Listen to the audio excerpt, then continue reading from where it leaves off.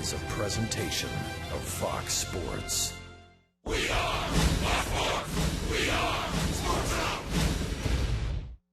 Now. On a humid Thursday afternoon, it's time for some day baseball. It's getaway day for the Braves as they wrap up this 4-game series against the Rockies.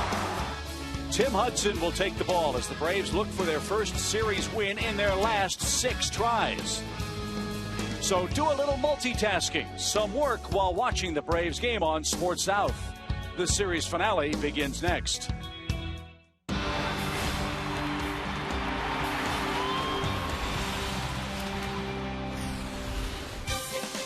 From Atlanta, Georgia, once again, it's time for Braves baseball. A nice crowd gathering here at Turner Field as we wrap up our 4-game set with the Colorado Rockies. The Braves, with a win today, would take 3 out of 4 as we end this long Atlanta homestand. And welcome back to the broadcast booth, everybody. Joe, Tom, and Chip with you.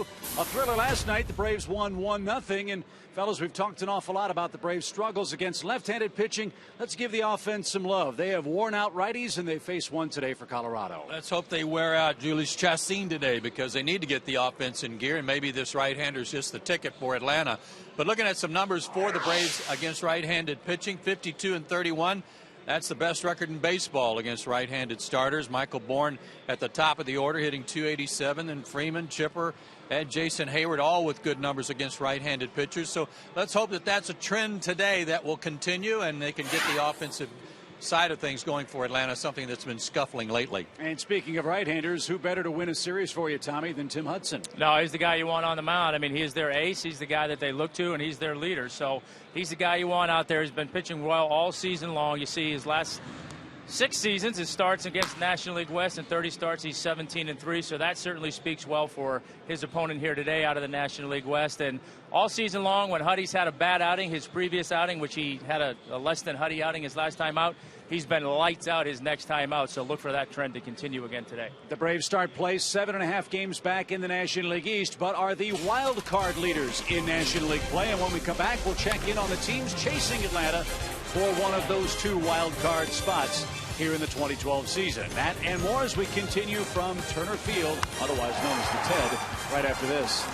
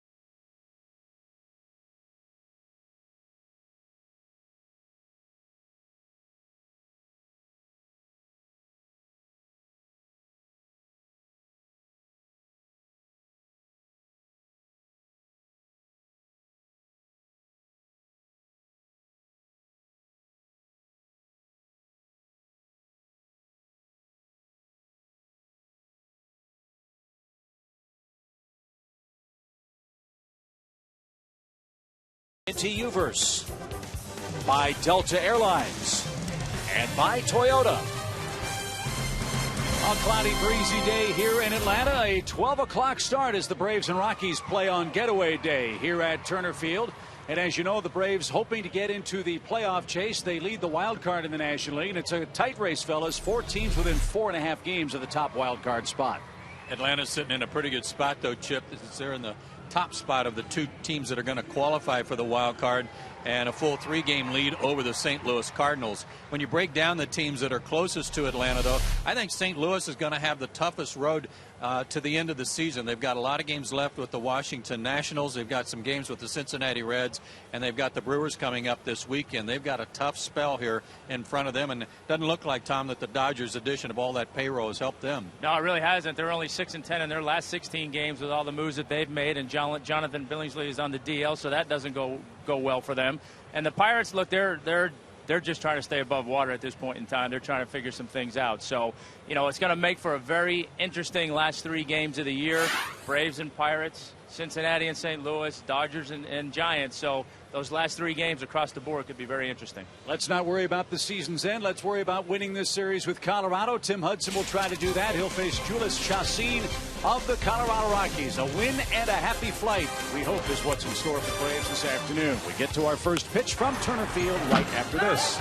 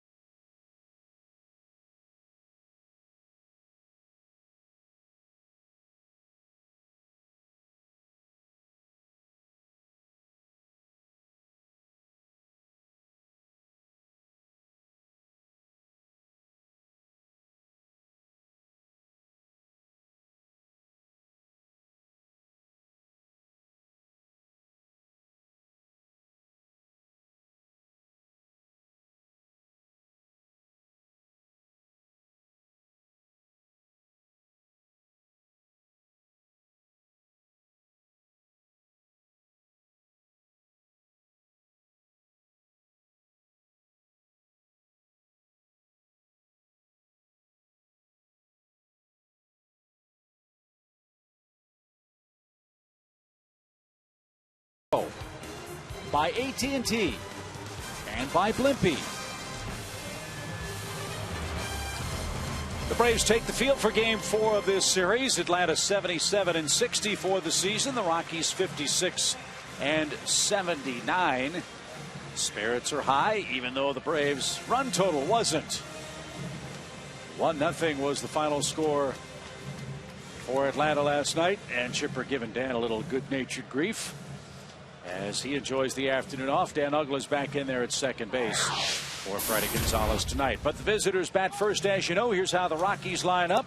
Fowler, Rutledge, and Pacheco 1, 2, and 3. We'll get a look at Matt McBride in right field. Georgia Tech star Charlie Blackmon gets a start. He's in left field and hitting 7th. And Julius Chassin, coming off a terrific outing last time out, pitches and bats 9th. He'll be facing right-hander Tim Hudson, 13-5 on the year. See his last 5 starts, 2-1 with a High ERA for Huddy. He's been a little bit up and down, a little inconsistent his last 5 starts out. His last one out against Philadelphia, 5 innings, 5 runs.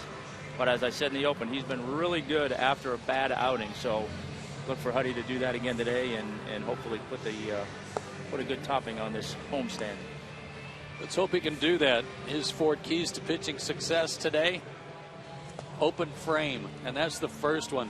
All kinds of trouble all year long. A 7.83 ERA in the first inning, a 3.43 average against him. Let's go bowling and have an open frame in that first one today. And top and bottom. Top of the order, Dexter Fowler, 4 for 7 against him. Bottom of the order, Jonathan Herrera, 4 for 7 against him. Those 2 guys, speedsters, got to keep them off the bases. And to back up what I was just talking about, 21 of his 65 runs, 32% of the runs he's allowed all year long have come in the first inning. Let's hope for a better start today.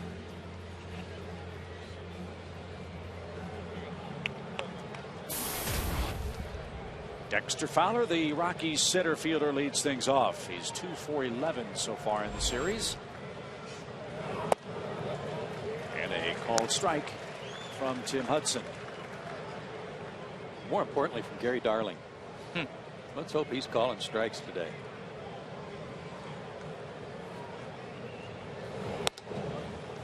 Here's the rest of the umpiring crew. Paul Emmels, the umpire at first base. Scott Berry and Big Jordan Baker. Nice play at first. Freddie Freeman takes away a hit for Dexter Fowler.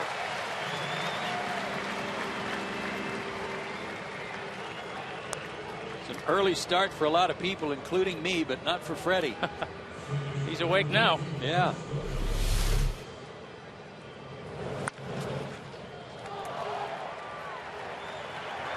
That's probably a triple for Fowler. Nice save. Yeah, these early starts, that's not exactly how you want to get the body going, but a real good play nonetheless and a good way to start it. Josh Rutledge moves to second base today and fouls one off Brian McCann. Good morning, Brian. No balls and a strike. A wake-up call for him, too. Chipper was trying to help him get awake in the dugout before the game started. Chipper not playing today, so he was messing with everybody.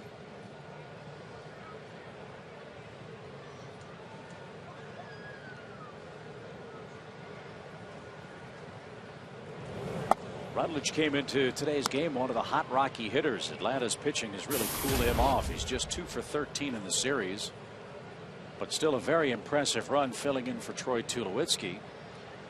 Tulowitzki's nearing the end of his rehab assignments for the Colorado club, and in all likelihood when he comes back, the man in the batter's box will be his double play partner at second base. Jim Tracy was raving about Rutledge before the game yesterday. Bouncing ball to short. Paul Janisch scoops it up, and Hudson another ground ball out. 2 down. Here's the rest of the Atlanta defensive lineup. Martin Prado's back in left. Juan Francisco in for Chipper Jones at third base. Another start for Dan Uggla, and Brian McCann's the catcher. This ought to be an ideal day for Tim Hudson because the track's a little slow. There was a little bit of a mist falling prior to game time. You would think the baselines will be a little slower, a little damp, and grass likewise. 2 quick outs for Jordan Pacheco. A super utility player who can catch, he can play the outfield, he's played first base. Today he gets the start at third for the Rockies, and he's had a good series. 4 hits and a 14-game hitting streak working.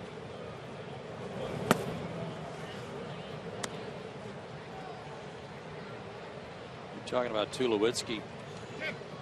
Kind of a break playing this team that's been playing their best baseball of the year, arguably, in recent weeks, without Tulowitzki, without Todd Helton. And today the Braves face a lineup without Carlos Gonzalez in it, too.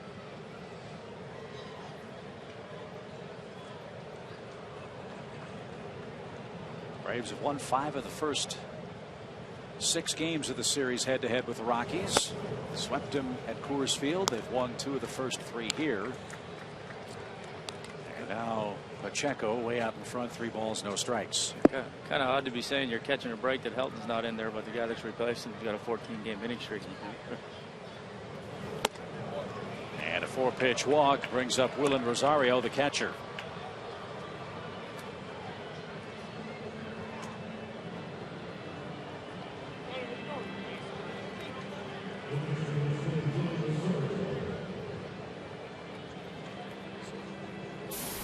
Rosario's hit safely in 7 of his last 9 games, but only 1 for 10 in this series. Good looking offensive player, 23 homers.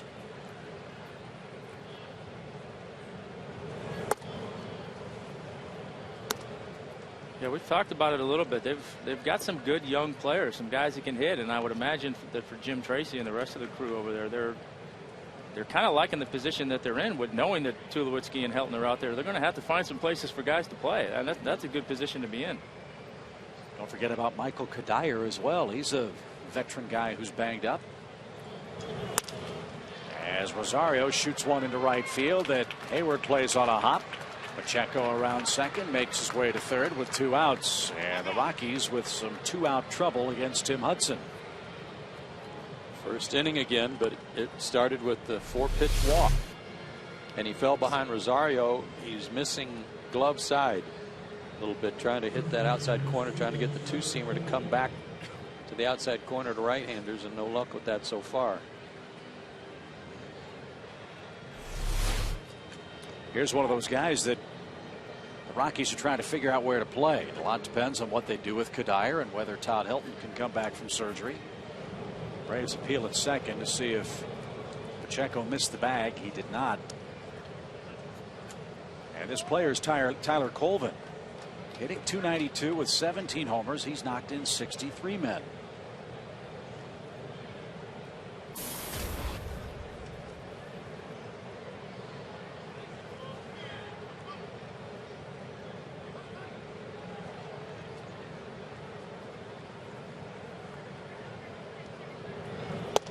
Colorado and this man, Tyler Colvin's put up these numbers in about 350 at bats. Give him 500 at bats, and what kind of damage could he do? Well, that's always the question that you're trying to figure out. Does he double his production, or does he get exposed because he's out there a little bit more? That's what they're trying to find out.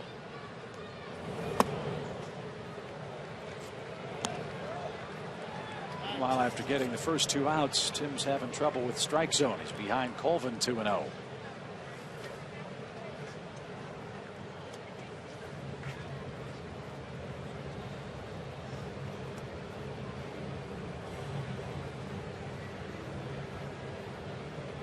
.268 against lefties, .298 against right-handers. But maybe if he sees a few more lefties, he could be out there and hold his own every day.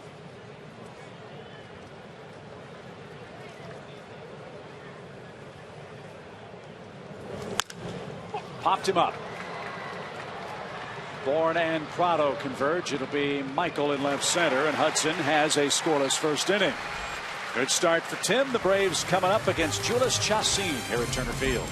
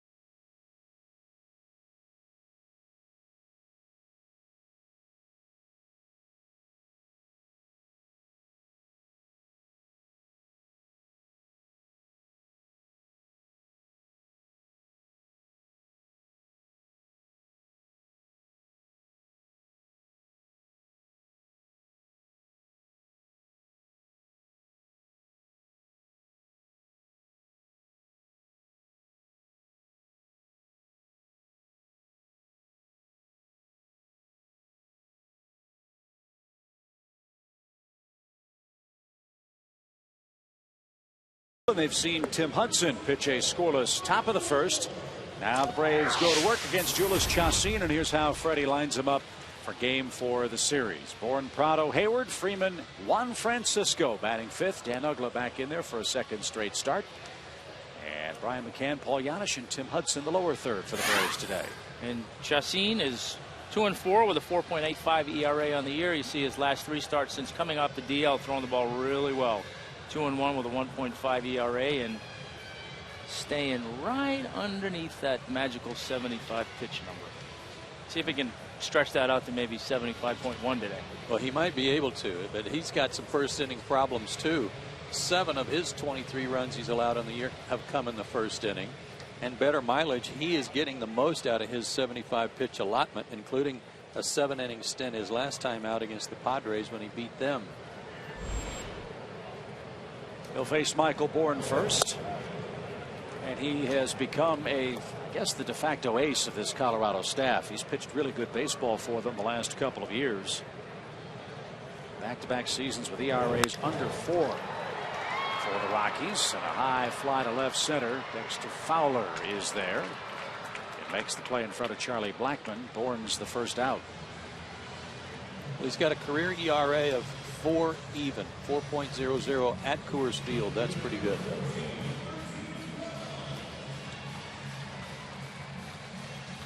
And here's where he ranks all time for the Rockies in club history. .67 overall, and just a fraction behind Ubaldo Jimenez. Missed a lot of time this year with a tender shoulder. Went on the DL in May, came off in August. But has come back and pitched well, as fellas mentioned. Real good ball in his last start. Came against the Padres. He went 7 innings. That's the most innings by a Colorado starter since June 4th. Much of that, though, the pitch limits that we've talked about at length in the series. And he's behind Martin Prado, 2 balls, no strikes. But that's something we were talking about before the game, where it's hard to understand in a game where they were winning and won 9-1, and he's only given up 1 run through 7 innings. Why can't he keep pitching? Yeah, I mean, unless it's something to do with not wanting to push him, where he's just come off the DL and the shoulder issues and all that stuff. But yeah, that would be a perfect time to let him go a little bit.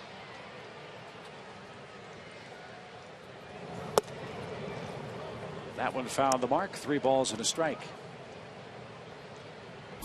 Jason Hayward to follow. Jason's the Braves' 3rd place hitter today, and now a full count. His fastball sits 91, 92. Last couple of Martin have been at 90. Slider and a changeup.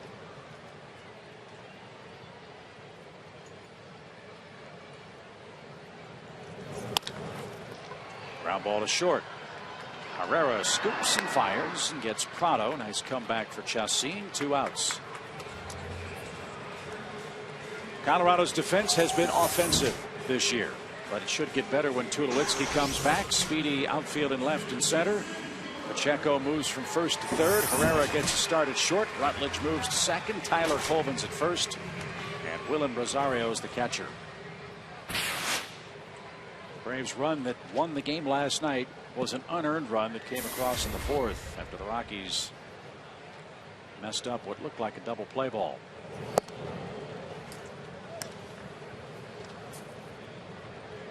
Georgia Lottery hitting the jackpot last 66 games against right-handed pitching. Jason Hayward, 341 with 14 homers. And as we talked about a couple of days ago, his numbers against left-handed pitching have been much improved and better since the All-Star break.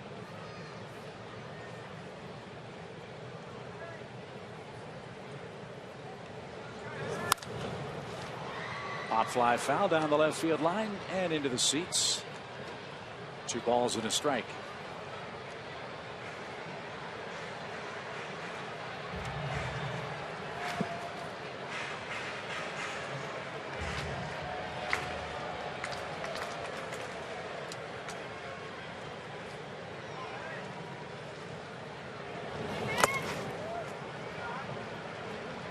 Now 3-1. One thing I'd like to see the Braves do today is just be a little more aggressive because of their troubles hitting with men in scoring position, trouble scoring runs. Maybe take a few more chances, put a few more runners in motion, hit and run, maybe open up a few spots. So the guys aren't thinking about what they have or what they hope to do, but what they have to do in a hit and run spot. Now it's the Braves' turn to mount a 2-out rally in the first inning. Jason Hayward keeps up his good work against righties and singles in front of Freddie Freeman. Didn't miss that fastball down the middle, right back through the center of the diamond. And what I'm talking about is, for a hitter, especially when everybody's aware of how tough it is right now for with runners in scoring position, if you've got some guys in motion on a hit and run, all of a sudden it makes your job a little easier at the plate, because you know you've got to put it in play and try to protect the runner.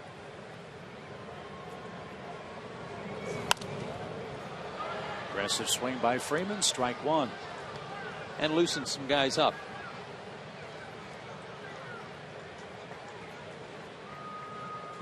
The last hit the Braves had with a runner in scoring position was Monday in the third inning, when David Ross hit that double that waffled by Dexter Fowler.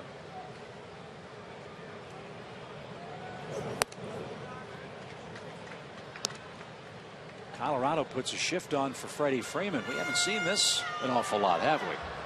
For Brian McCann, yes, but not for Freddie Freeman. They haven't done that in the whole series, have they? No.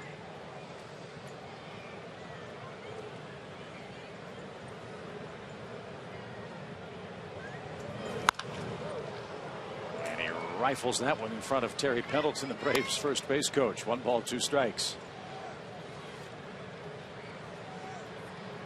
Terry would have caught it, but he was holding the gloves of Jason Hayward.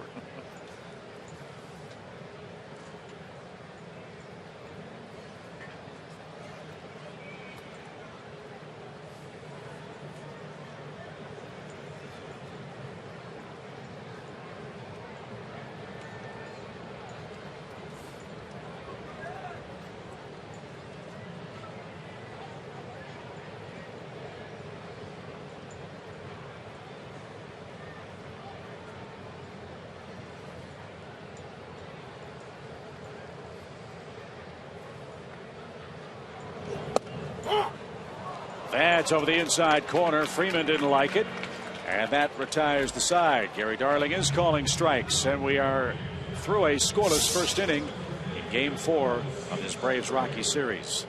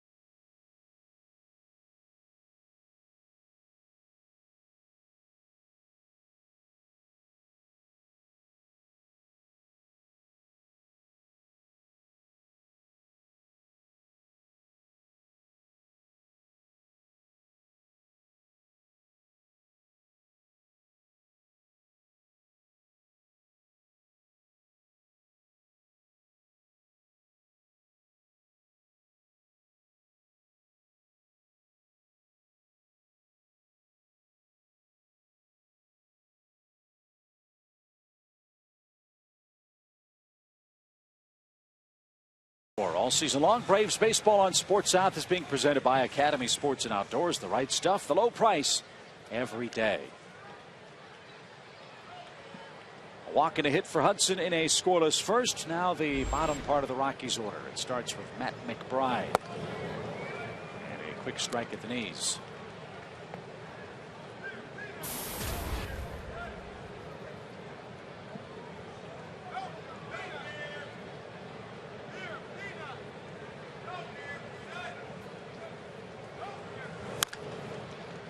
Grounder foul, quickly 0-2. Matt McBride makes me think of McKay McBride, former first pick for the Braves, left-handed pitcher out of, was it Sylvester, Georgia, I believe? I wonder what he's up to these days.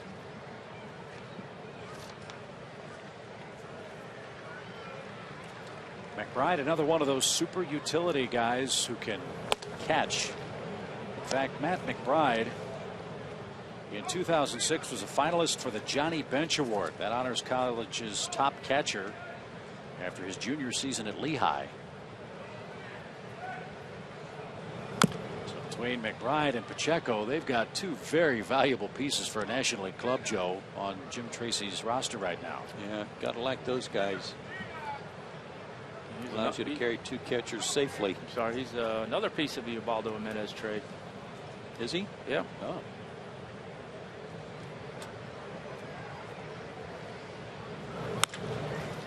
Fly ball, shallow left center, but Michael Bourne tracks it down. And McBride is the first out of the second inning. Well, Tim weathered the first inning storm, and now he can just move right on into the rest of his game. Seems like once he gets through the first, he's back to Tim Hudson-like numbers and innings.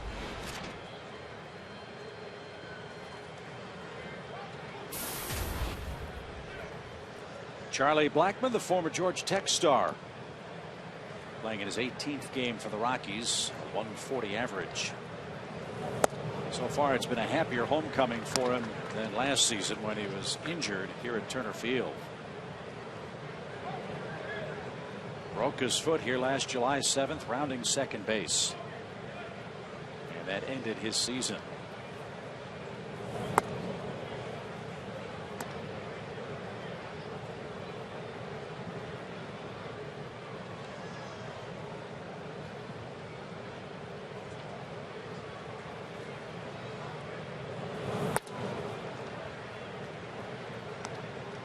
Jonathan Herrera is the Rockies Delta Airlines on deck batter, and he's worn out the Braves in 12 games. This is the bottom part of the order that Joe was talking about. It's had some luck against him, and it continues with a shot past Freeman and into the right field corner. Blackmon around first, on his way to second. He'll stop there with one out.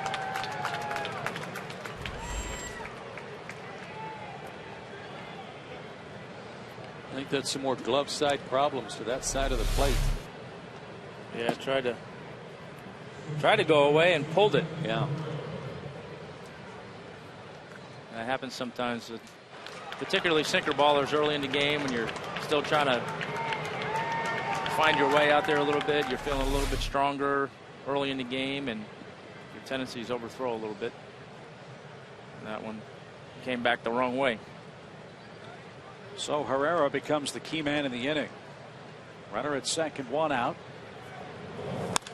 And he swings the first pitch and rolls to short. Janish's throw will go right to Francisco, and Blackmon is a dead duck.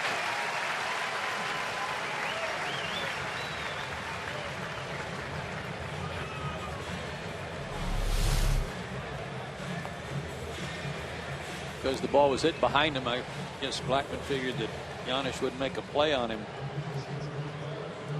Wrong again.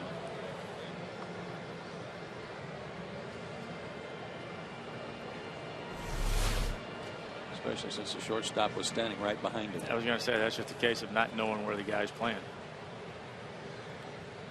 So Chacin, the Colorado pitcher, bats with a man at first and 2 outs. And he fouls that ball right off his neck, I think.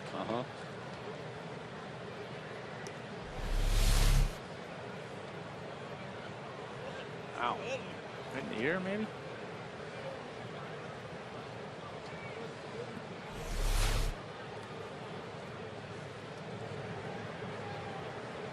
Just made him mad. He's 3 for 13 on the year. He's not Doesn't want anything getting in the way of his good hitting so far.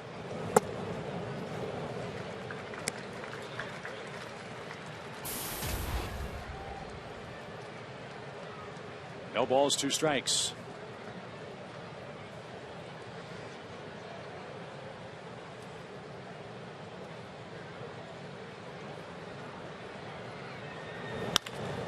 And a soft ground ball hit to second. Dan Uggla's got it. And the Rockies run themselves out of a scoring chance in the second inning. Braves come up, still looking for the game's first run.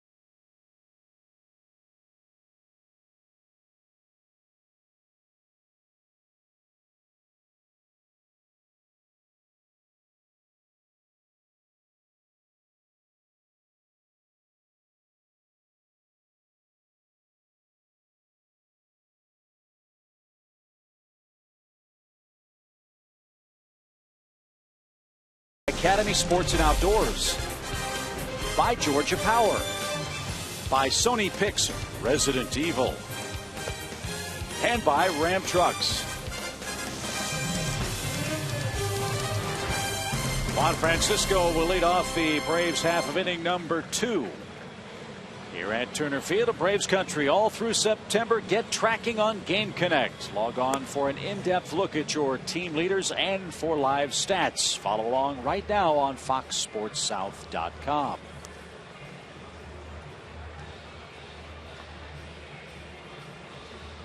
This man heading to the batter's box has been fun to track as a starter this year in place of Chipper Jones. Juan Francisco's had himself a terrific first campaign with the Braves. And hitting .333 at Turner Field.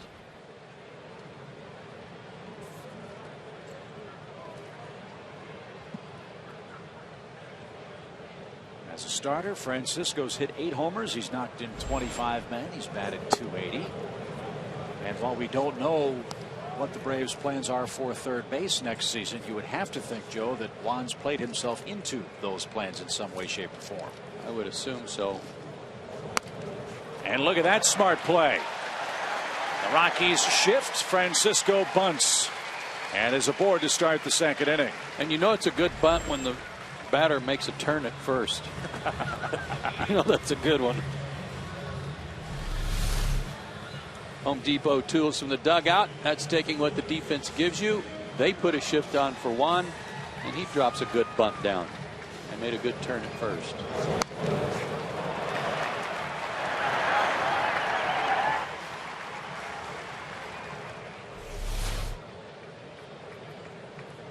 So Dan Uggla bats. Dan 0 for 4 in the series to this point.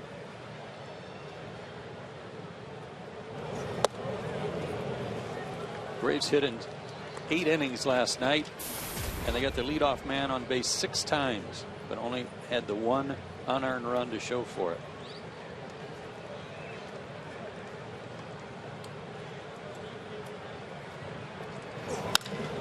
Uggla hits the ball the other way. That ball is fair, and that's going to bounce off the top of the fence for a double.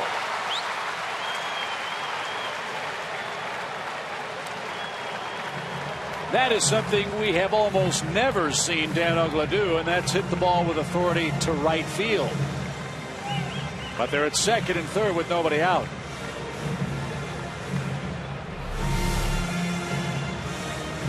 I don't know that Juan could have scored because it looked like McBride was getting there quickly. But it's a shame that it did bounce out. Just the odd chance maybe he could have scored from first. Good start to the inning. Good swing by Dan. And a chance for the Braves to snap out of their hitless streak with a runner in scoring position. There are two of them there for Brian McCann. Infield back. Put it in play. Anywhere other than the pitcher, you get a run.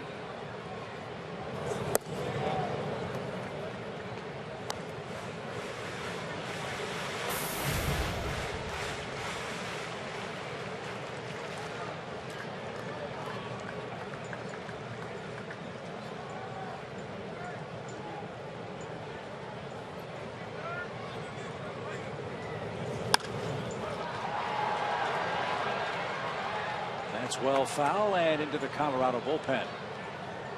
0-2. That was a good sign from Brian right there.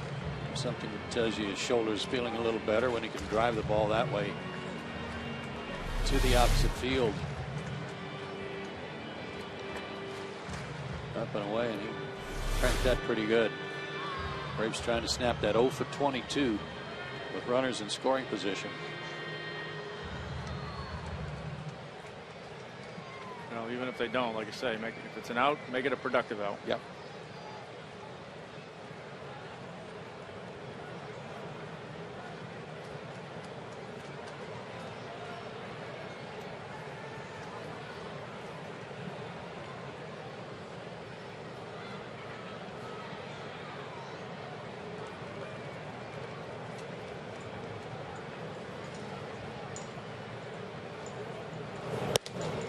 Way outside, 1 ball, 2 strikes. Heads up. Ball gets away from the pitcher. Francisco's coming home. Wide throw. I have never seen that in a major league game. It was Chacin's fault. He kind of slapped at the baseball, upset with his location on the pitch, and it just tipped off the web of his glove and died out there between the mound and second.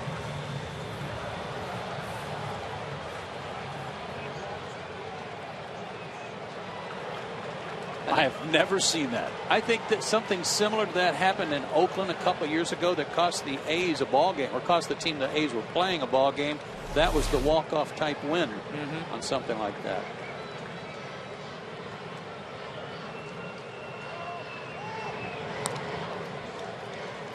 So 2 gift runs in as many games for the Braves offense. Francisco led the inning off with a bunt single, went to third on the Ugla double, and scores on the 107th Colorado error this year. And a line drive toward left. Blackman is there, makes the catch. 1 man down. And I'm thrilled to see that Juan was paying attention, you know, had his head in the game, because a lot of times the runner at third base, after the catcher catches it and doesn't try to pick you off, you just kind of have a tendency to turn your back on the play and go back to third. But Juan was heads up to see what happened. So was Brian Snitker. Yeah, he went back to the base with his eye on the pitcher and the ball, which is what you're supposed to do. You can't take for granted that something like that's not going to happen.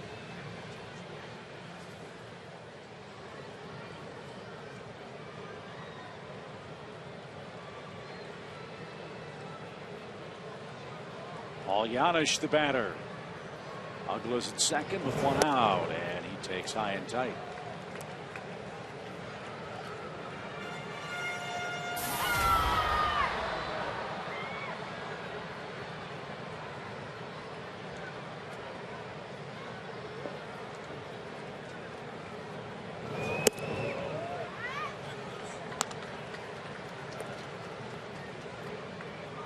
Very light schedule around the big leagues today as time is called. Bo McLaughlin will make his way to the Colorado mound.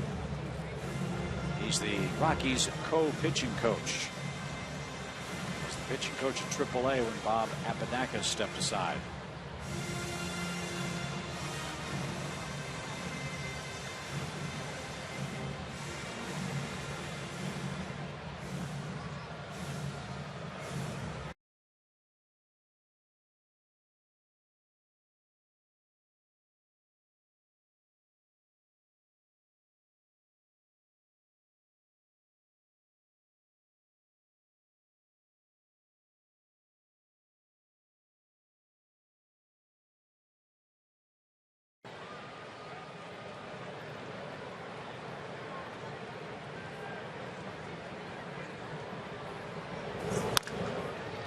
Foul pass third, 2 balls and a strike.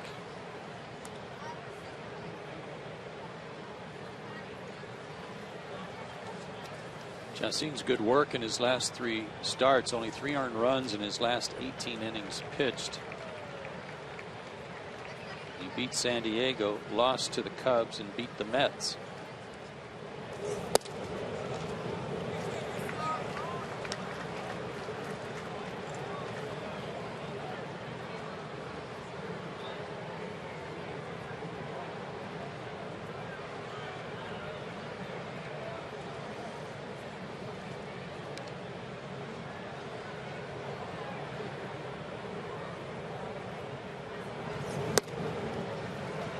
Yanish walks.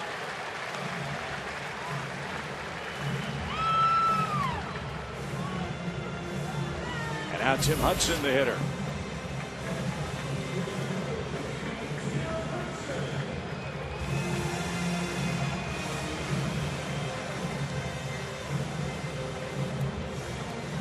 Tim's hitting .222.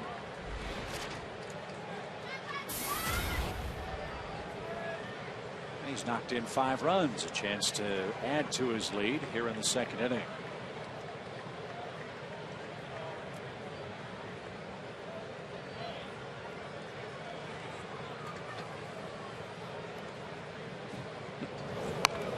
Twinkle toes, Hudson lays down the bunt. Chacin drops it. Throw to first, though, gets Hudson for out number 2. That was funny.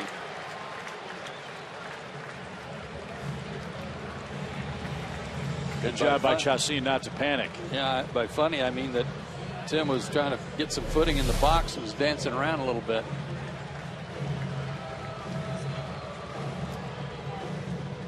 Chacin obviously had thoughts of going to third base. Got in a hurry. Yeah, he hasn't had the best fielding inning of his professional career this time around, has he? No, not certainly not a video you're going to play for little leaguers. So Michael Bourne, who flied to center, chance to add to the Braves' lead. And we showed you last night how good a job Michael has done with runners in scoring position this year.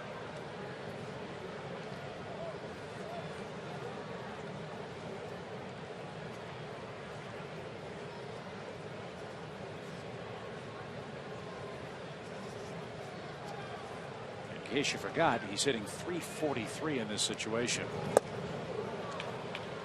Change up. I don't know that we've seen any of those yet, but that was a good one.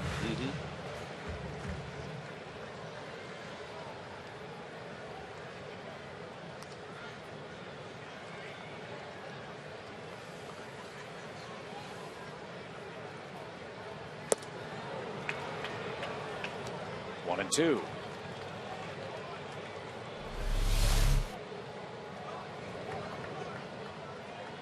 Such a good spot for it too, location wise.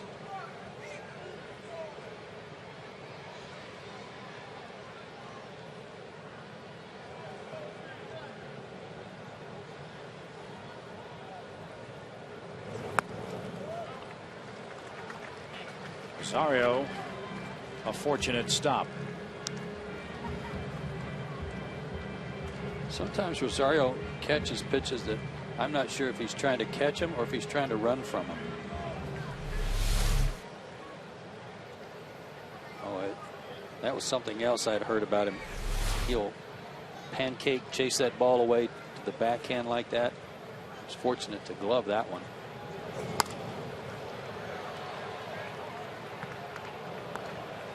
Two balls, two strikes. Framing pitches, Tommy, certainly an art. Wonder how many strikes he has cost because of his inexperience in working behind the plate. I'm sure he's cost a few. I mean, that's what umpires are looking for a lot of the time, just movement. When you're taking balls in the strike zone and making them look like they're out, that's not helping your pitcher any.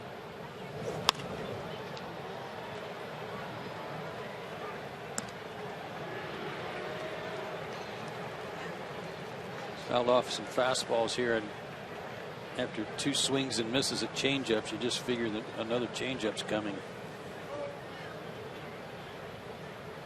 For Michael, though, in this situation, he's got to look fastball and adjust.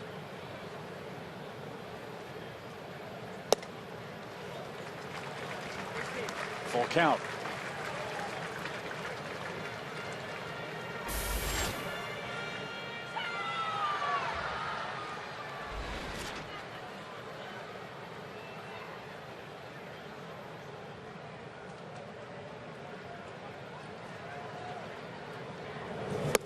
Swing and a miss. And that retires the side. A careless mistake by Chacin costs him and the Rockies the game's first run. Juan Francisco dashes home. Something I've never seen before in the big leagues. They hit in third, 1-0 Braves.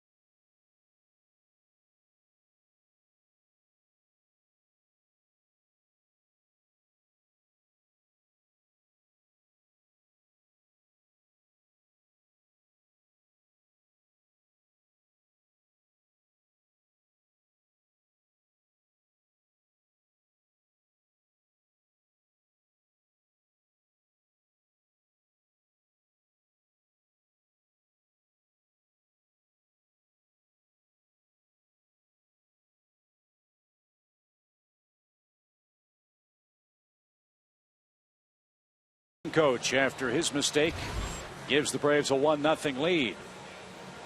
And we invite you to get the third limited edition Chipper Jones commemorative print presented by SunTrust, highlighting Chipper's 2008 National League batting title. Get your tickets now for Friday, September 14th, as the Braves play the Nationals. Get your tickets at braves.com/tickets or call 800-745-3000.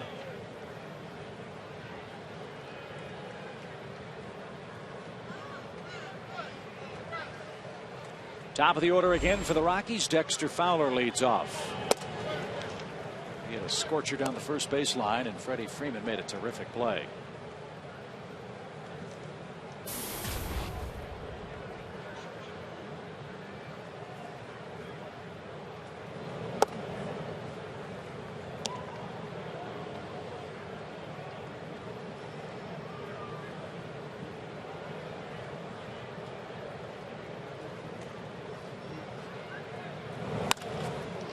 Bullet up the middle. What'd you say, Joe? Top of the order and bottom of the order against Tim Hudson? Yeah, and it's just one of those things where obviously Dexter Fowler sees Tim Hudson real well. He squared up 2 more pitches today. And then watch that ball snake as it gets to Michael Bourne. It starts wiggling. If you're trying to charge the ball and have to make a throw, that's a tough ground ball to pick up because of what the grass does to it.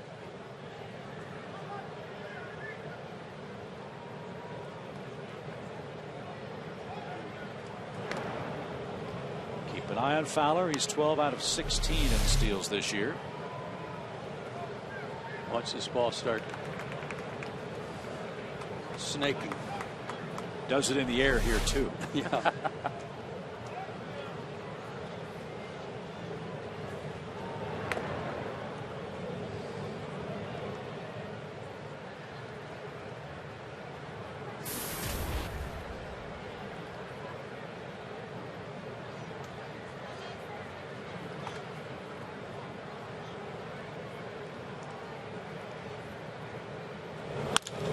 Line drive by Rutledge into center field.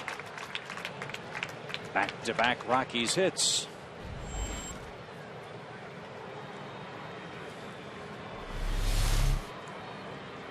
Even with some of their thunder out of the lineup today, this is the part of the order, though, that you worry about the most, especially with the way Pacheco's been swinging the bat. But the good thing is for Tim, he's just one ground ball away from a couple of outs and limiting the damage.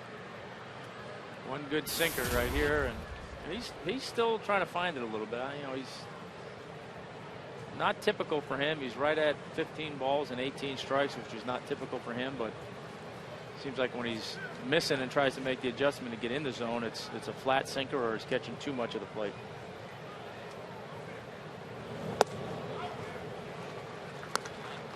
Strike one to Jordan Pacheco, the Rockies' third baseman today. He walked on 4 pitches in the opening inning.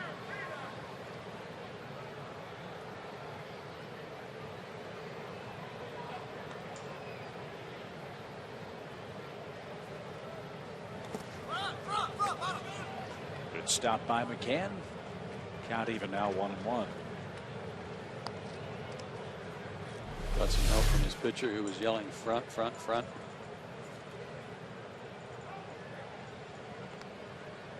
To help Brian find it.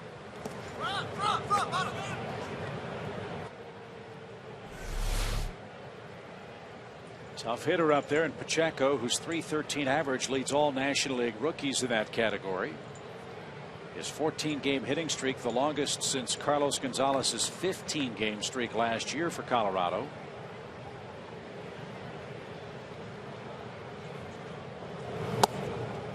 And Norichika Aoki for Milwaukee is the only rookie with a longer hit streak. His is 15 games, or was 15 games for the Brewers. So with 2 on and nobody out, Tim's got to buckle down here against Pacheco, and he's behind him 2 balls and a strike.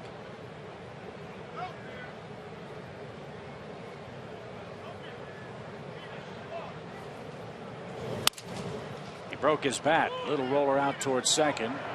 It's a productive out, however, for Pacheco. The runners move to second and third with 1 out.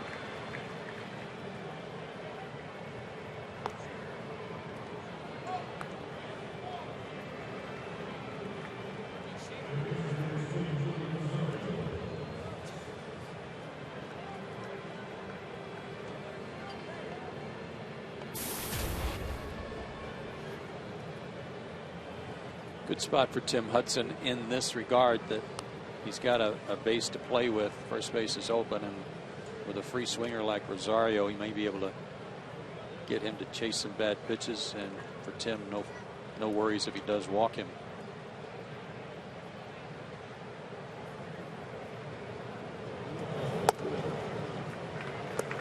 He had Rosario flinching on that pitch. Strike 1.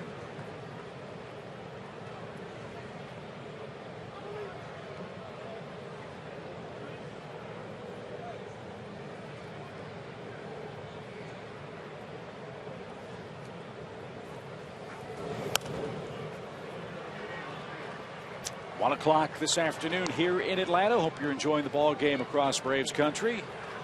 With Joe Simpson, Tom Glavine, and Tom Hart. Chip Carey with you from the ballpark. Atlanta trying to take 3 out of 4 from the Rockies. They won 1-0 last night. They're winning 1-0 in the series wrap up today.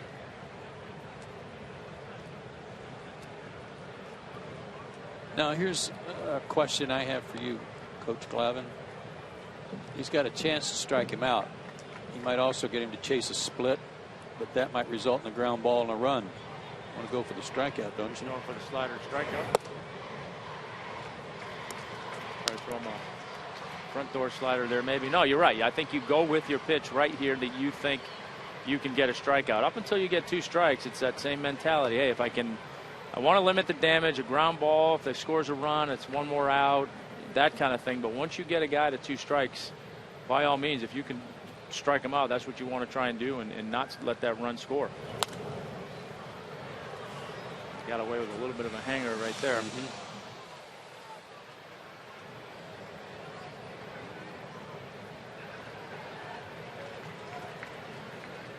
There's where I think typically after he's shown him a couple breaking balls, showed him that fastball in, hung a slider right there a little bit. If he had good feel and good confidence in that backdoor sinker right here, I think that's a pitch he could follow up with.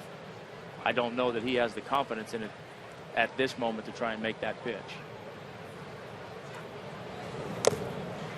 Tipped at the plate. Bryant couldn't hang on. That front door slider again, and took a funny swing at it. Now, you know, from here you can either, like we talk about lanes all the time, you can either come back in that lane with a sinker that's going back in on his hands after he's seen that slider going the other way and maybe try and fool him with that, or you go back to the outside part of the plate where you just showed him something in. I like in. It was away and it's popped up. It works out. Giannis behind the second base bag. Rosario's the second out.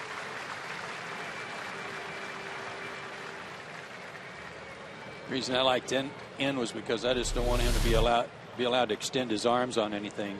But this was right off the end of the bat. Yeah, and even that probably a little higher than he wanted, but it finished off the plate, which was too close for Rosario to take it, but couldn't get the meat of the bat on the ball. I've got Colvin in the batter's box. Good numbers. 0 for 1 today. Have a base open and McBride on deck. But more importantly, 2 outs.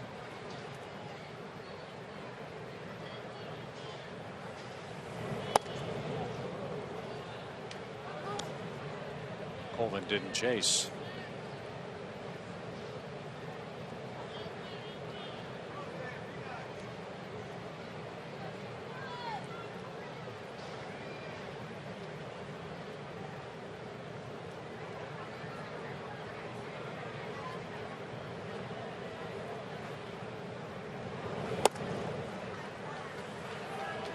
I think that's far enough with this guy.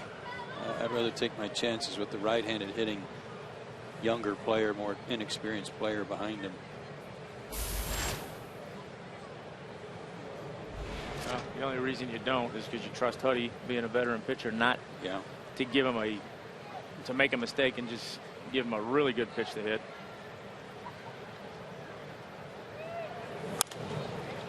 Pop fly foul. That's headed for the seats.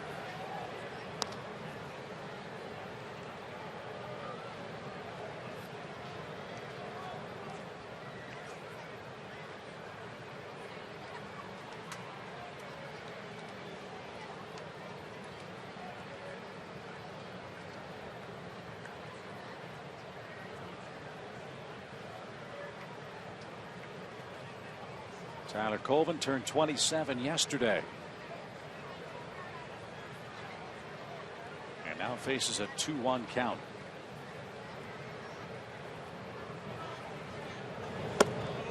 Tied him up. Wow.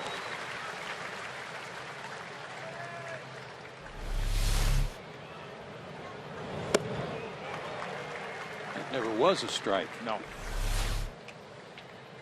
don't know if he was guessing that he was going to get that comeback fastball and just made up his mind no matter what once he saw something in. But you're right, that pitch never had any part of the plate.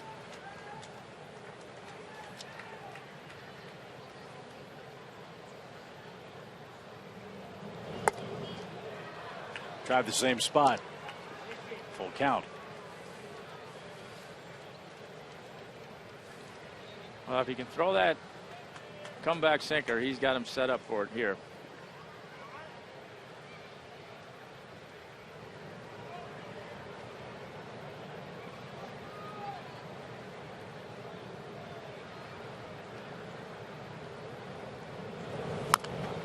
Little dribbler right in front of the plate. Bryan's got it, throws to first, and the inning is over.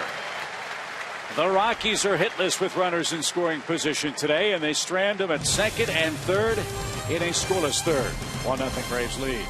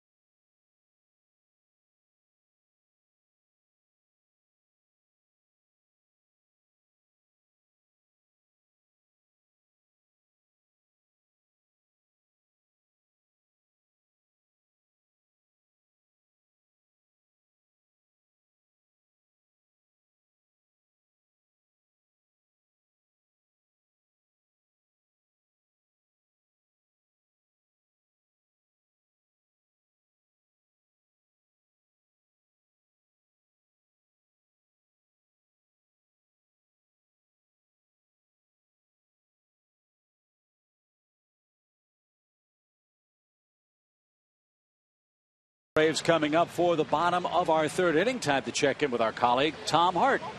Another tough day at the ballpark, Chip, and a tough travel day for Andrelton Simmons. He's making his way throughout the minors and will appear in the Carolina League playoffs for the Lynchburg Hillcats tonight. Guys, here's the rub. Lynchburg won last night, and it's best of 3 in the first round of the Carolina League. If they win again, he might be back in Atlanta before we know it, or he could stick around for a 5-game championship series against either Winston-Salem or Myrtle Beach. But the bottom line, Andrelton last night won for 4, and he wasn't the only major leaguer making a rehab appearance in the playoffs. Troy Tulowitzki for the Rockies AA affiliate at Tulsa went 1 for 4. No word on when he'll be back from the Texas League. Chip? Look at those admiring glances as Tom stands out at the chop house. Nice work. Everybody's a critic, Tom. Where are the cheeseburgers? Claire and I both looked at him adoringly. Right? Tom's probably telling him, well, you're only human. 2 balls and a strike. Prado, Hayward, and Freeman coming up.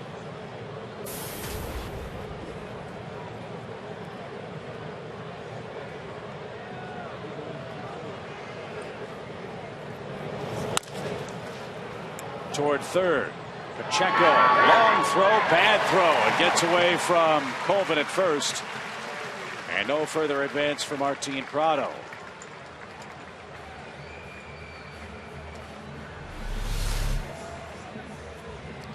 First attempt for Pacheco since moving across the diamond from first, and his throw is quite a bit off the mark. The Braves have another leadoff man on. They got Francisco in thanks to the error last inning. Base hit for Martin. His first of the day. And now Jason bats. Hayward singled up the middle in the first.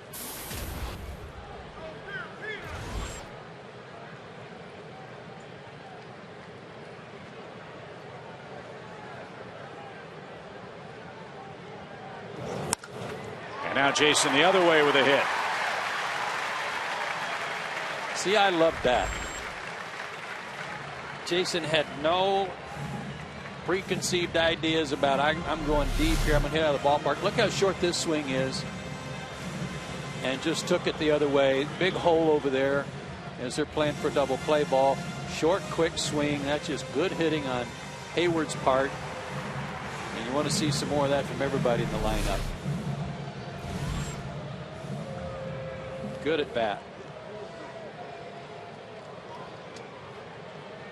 Freddie Freeman took a called third strike. He's taking a peek at the left side of the infield. Big hole between third and short, and room on the line as well. Ball 1 high.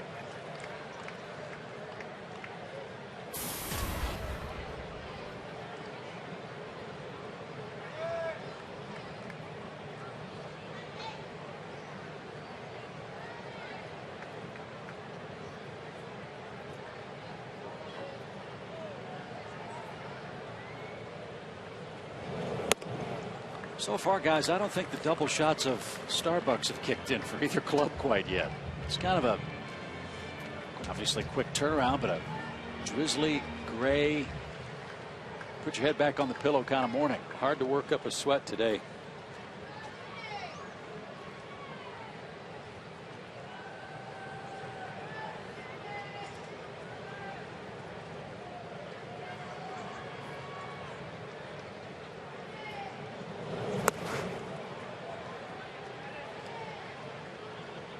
Bit of a Tyler Colvin impersonation there. I'm not sure that pitch was ever a strike. I was kind of surprised to see that pitch selection.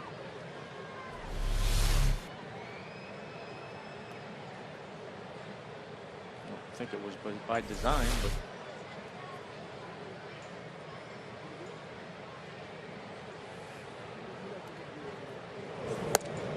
but at the knees, tough pitch, 2-2.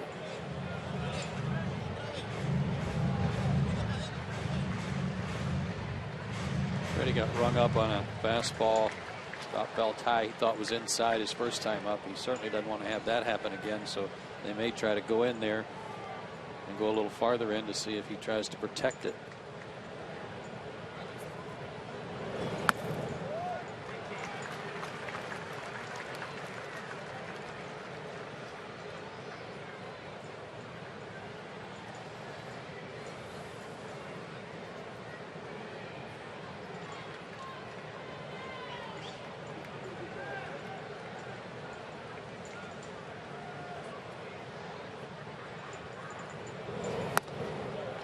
Freeman walks, and the bases are loaded with nobody out.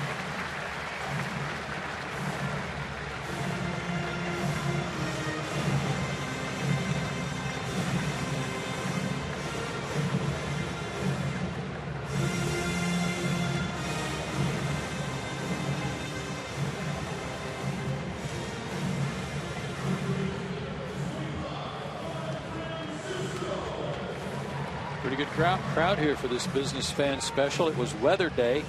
A lot of elementary school kids here for a weather presentation presented by the Channel 2 Weather Department. Glenn Burns, David Chanley. So a lot of kids here at the ballpark today. Not a bad field trip. Not a bad one at all. Juan Francisco with the bases loaded. Strike one. No shift on it now. After he laid down that bunt in the second inning, he scored on Chassin's dropped return throw from the catcher. It's the game's only run.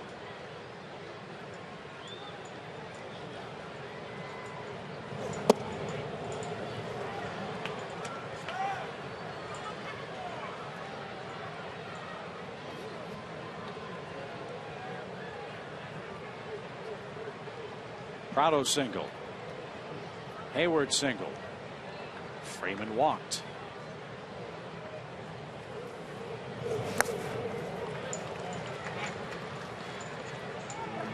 Braves are 0 for 2 today. Runners in scoring position, 2 for 29 in the series. And 0 for their last 24. Colorado not much better. They're 3 for 27 in the series.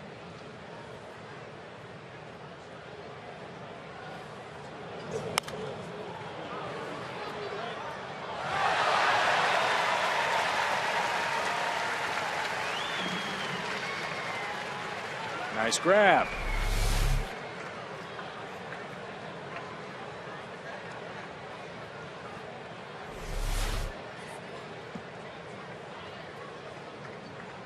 Nice play, sir.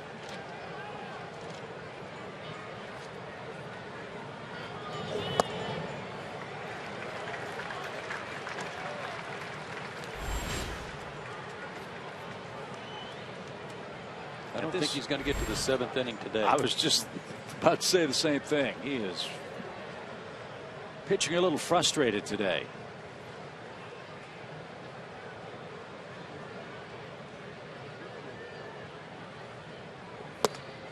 But he strikes out Francisco for out number 1.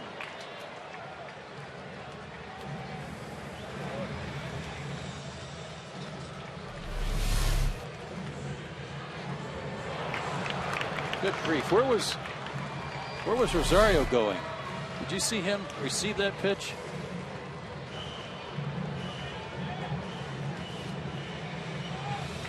I don't know if he got. Watch this. He's going to his right, and the ball looked like it was right down the middle. He must have been going like he was looking for a slider. Yeah. And got a sinker. He might have jammed his thumb. That's why he went out to the mound, and now getting some attention.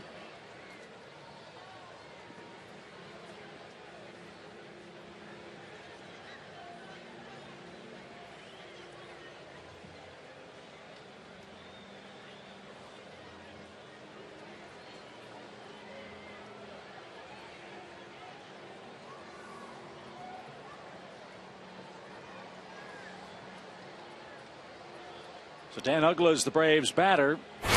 He doubled in the second. And went the other way to do it.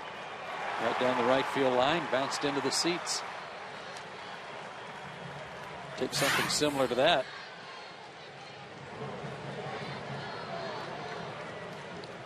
Here's an area where he hasn't struggled offensively this year.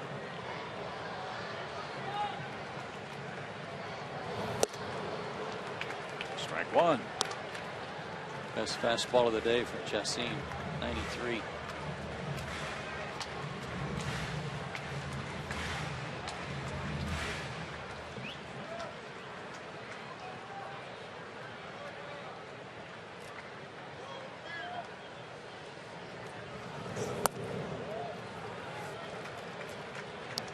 like to know what the percentage of times it is for a pitcher to get into a bases loaded situation and not give up a run.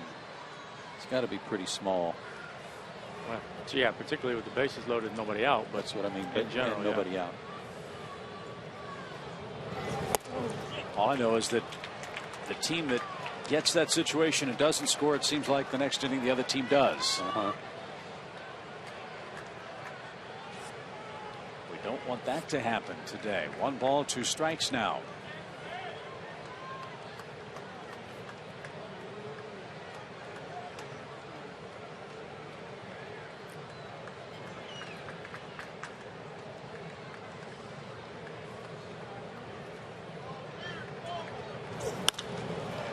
High fly ball, shallow left. Blackman comes on.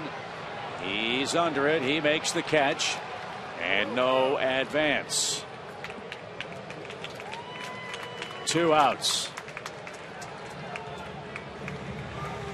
And it's up to Brian McCann, or the Braves will waste a golden 3rd inning opportunity.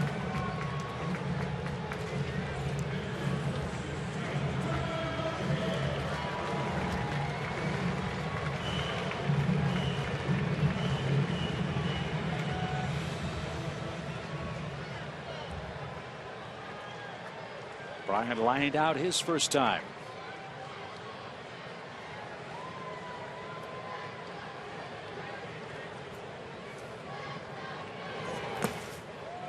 Good stop. 1 ball, no strikes.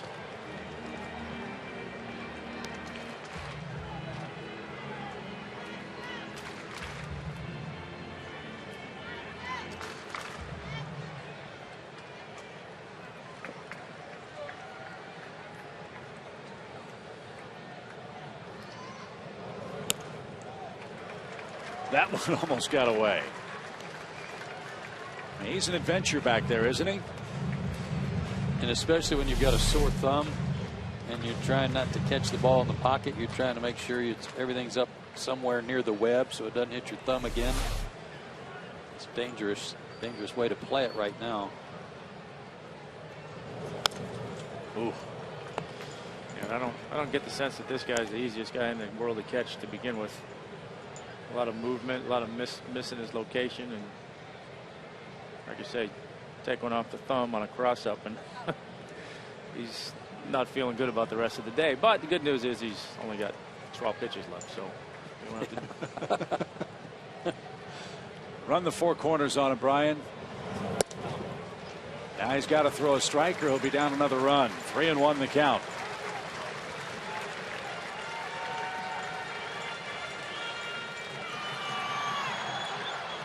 Shrink your strike zone. Look for a pitch in a certain area that you want. If it's not there, lay off. Popped it up. This is unbelievable. Herrera at short, and Chacín pitches out of a bases loaded, nobody out mess to keep the game 1-0.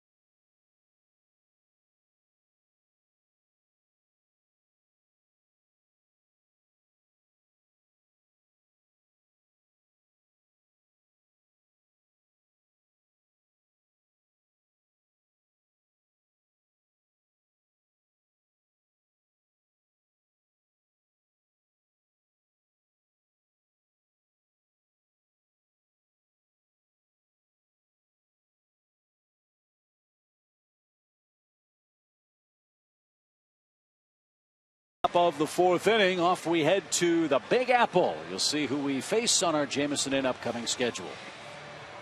Well, one of the things we know is that the Braves won't have to face R.A. Dickey. He pitched yesterday and beat the Cardinals, but they are 8-3 in their last 11 games. After the season opening sweep of the Braves in New York, they have not played quite as well against Atlanta, as you see, and it'll be Chipper's last visit to the home of the Mets. Which begs the question, A, will the Mets offer Chipper a parting gift? And if so, Tommy, what do you think it'll be?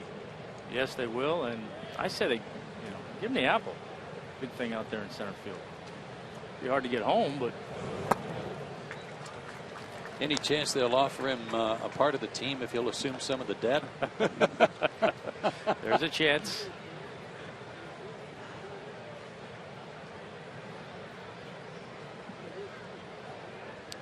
Matt McBride leads off for the Colorado club here in the fourth inning. Sun now shining brightly here at Turner Field. And Chipper's going to join us in the fifth inning today, so you want to stick around for that.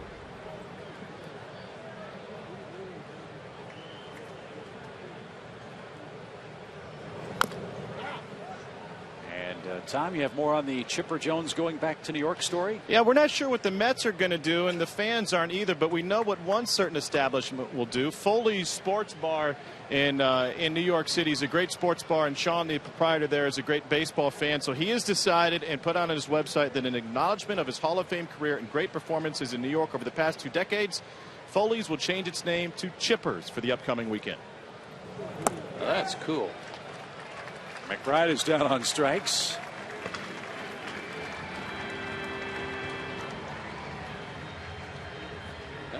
That is a real tribute. Those pitching matchups without R.A. Dickey. Jonathan Neese, though, is a guy who's always pitched well against the Braves. Will go against Paul Maholm tomorrow night, Saturday afternoon on the Big Fox Network. 4 o'clock start. Chris Medlin back on the mound against Hefner, and then the big, tall Chris Young against Tommy Hanson.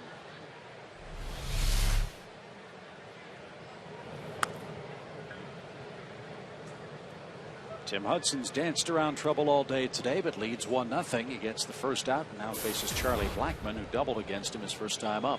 Yeah, this has definitely been that kind of game to this point in time where he's just trying to grind it out and figure something out.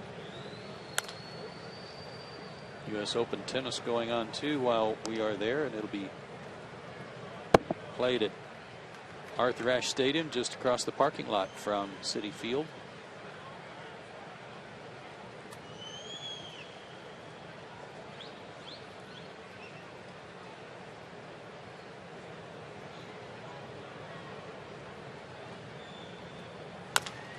Bouncing ball over the mound. Giannis charges. Bare hand try. And Blackmon, with his good speed, is 2 for 2.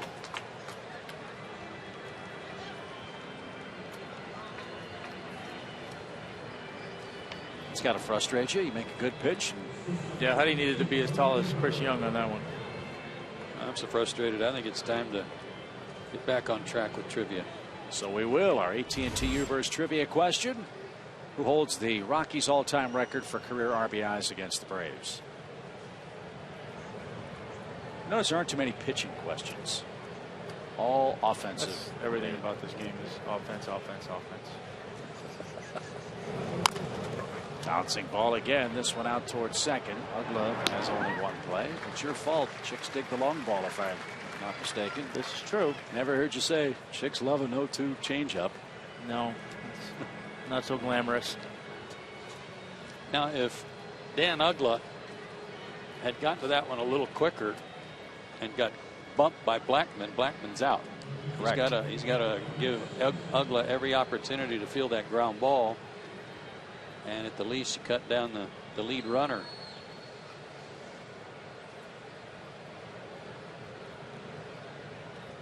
Chacin hitting .214 for the season. Skips up there. 1 ball, no strikes. There's that play again and how close it was.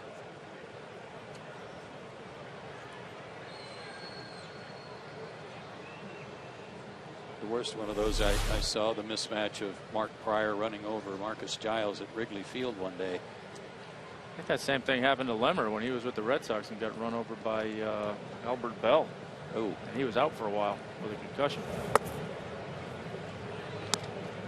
Lemmer and Fernando Vina can talk about that. Yeah. Albert Bell liked those opportunities.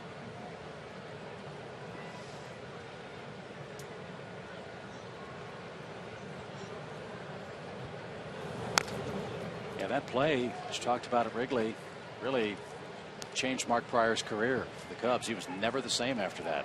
That was a real shame. They were counting on him with Kerry Wood and Carlos Zambrano to be their big three for 10 years. Mark, at last report, was making his way back to the big leagues, pitching at AAA for Pawtucket. And his fastball's starting to come back. He's not ready to hang up yet.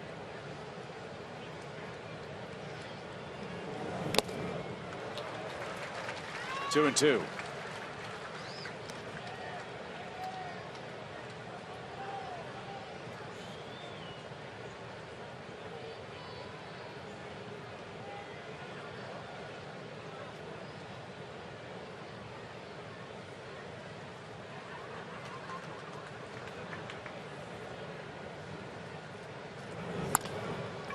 To short, Yanish gloves and guns to first in time.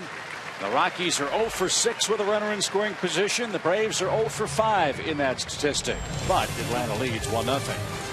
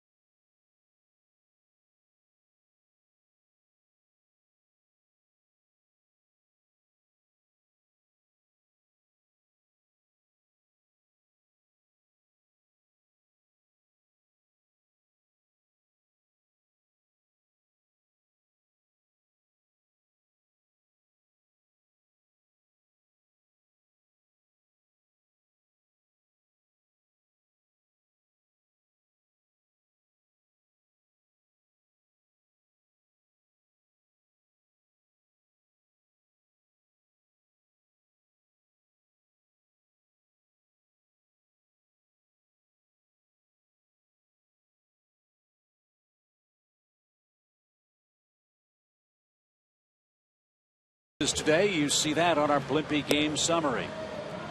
Unfortunate for the Atlanta Braves in that they had the bases loaded there in the bottom of the third inning, nobody out. That kind of highlighted their frustration this week of hitting with runners in scoring position. They're now 0 for their last 26, but they are ahead 1-0. And here's how it happened. Juan Francisco at third base, and then just on a harmless throw back to the pitcher, he missed it. Had to chase it down. And Francisco heads up, comes in to score. That's the offense so far. The Braves have not scored an earned run since David Ross's double on Monday in the third inning as well.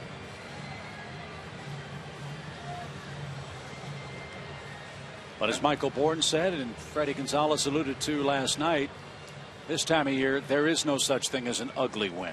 You take them any way you can get them. Absolutely. I agree. That's the silver lining. Win the ball game. And the Braves are winning again today with Paul Yanish going to work in the fourth inning.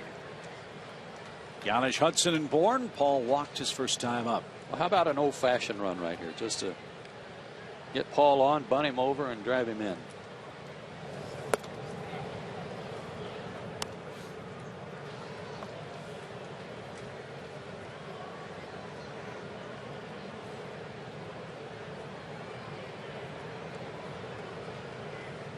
Nationals don't seem to be having that problem.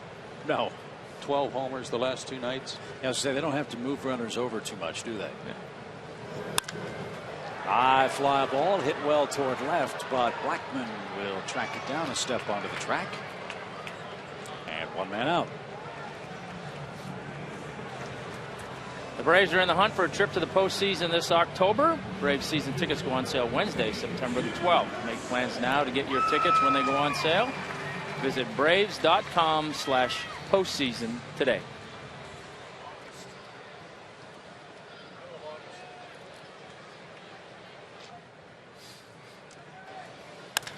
Tim Hudson with a shot into center field. Take matters in your own hands.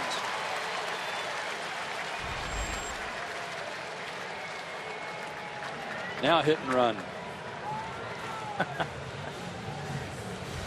Why not? He's in shape.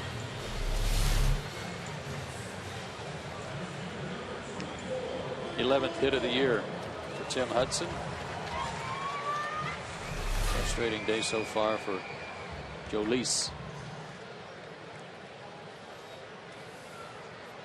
70th pitch. And it comes to Michael Bourne. Ball 1. Laser Baker looked it up, Chip, and the Red Sox released Mark Pryor in the middle of August. So did they?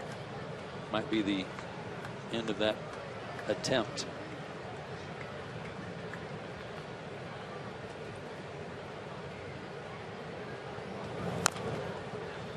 If that's the case, it's too bad, because when Mark Pryor came up, remember he was drafted in the same draft that Joe Mauer was. A lot of folks were as excited about Mark Pryor as they are now about Steven Strasburg. Very similar kind of hype when he came up to the big leagues. And it's a shame that Pryor's career, if indeed it ends, will end the way it did.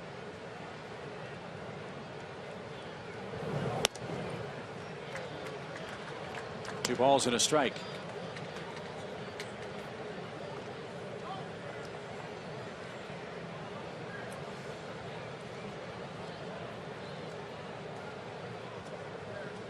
Activity has begun in the Colorado bullpen.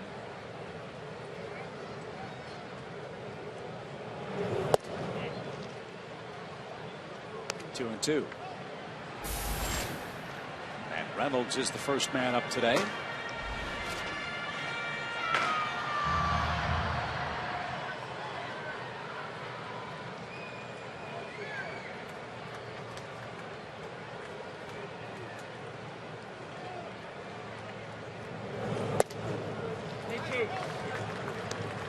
Three and two.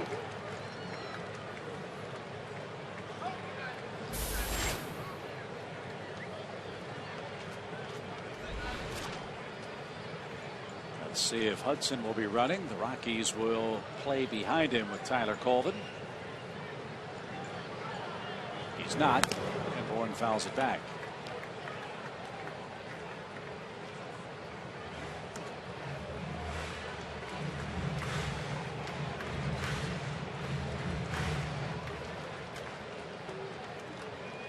Got warm here in a hurry, didn't it? Yeah, it did.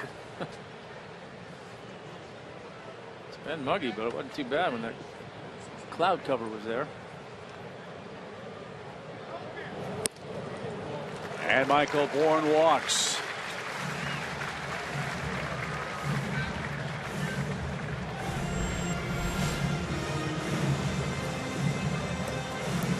Second to third inning got him. Although it looks like he's going to be able to stay in there for a few more. Will McLaughlin comes out. And again, in talking with Jim Tracy, the 75 pitch mark is not a hard, fast, ironclad, etched in stone deal. And the reason here, you've got a left-hander in the mound, a right-hander in the batter's box. You can let him go perhaps one more hitter with Hayward, Freeman, and Francisco, the lefties, following in this Braves fourth. But unlike his last start, today has been a struggle for Chacín. He's pitched out of a couple of big messes, but a careless glove flip error cost him the game's only run.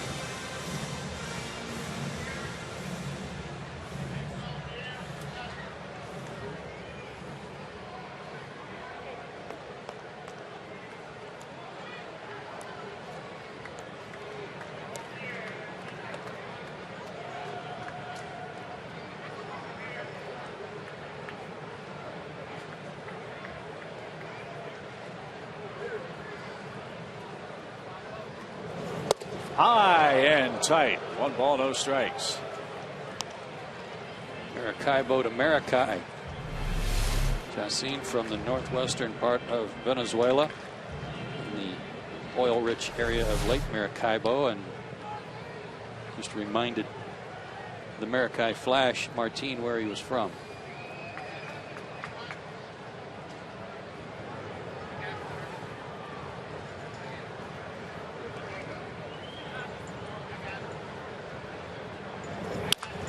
Line base hit to left field. Hudson will be stopped at third. Okay, that's a step in the right direction. Hooty-hoo! Got a hit with a runner in scoring position. Next thing you know, they're going to get a run. But if they're going to get it, it'll come against Matt Reynolds, the left-hander up in the Rockies bullpen. Bases loaded again for the Braves, who lead 1-0.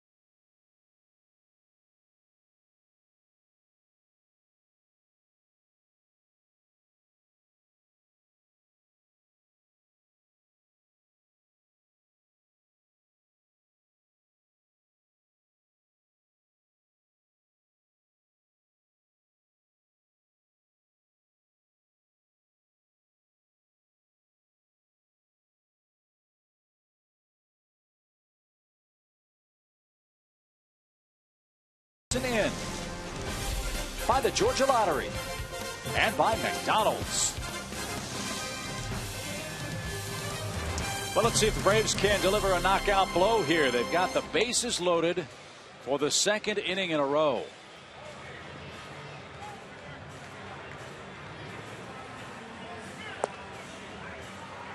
Julius Chacín was chased. Matt Reynolds is on to pitch for Colorado. He pitched last night, but only to one batter, so he should be fine to go today. He faced Michael Bourne in the 7th inning and struck him out.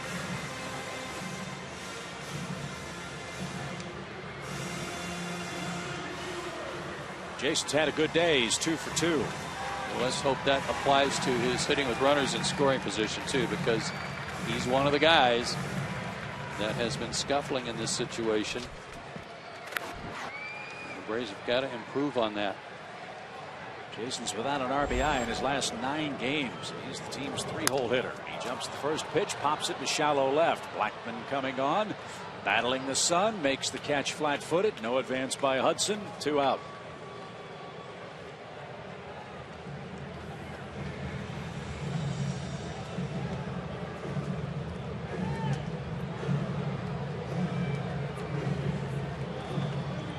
Here's Freddie Freeman. Again, Chipper Jones will join us in the top of the 5th inning.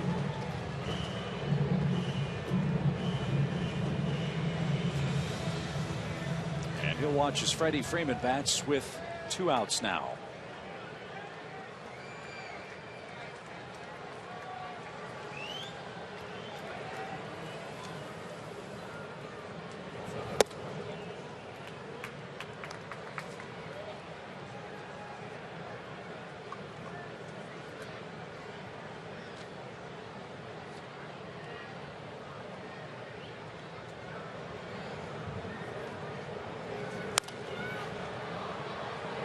And 2.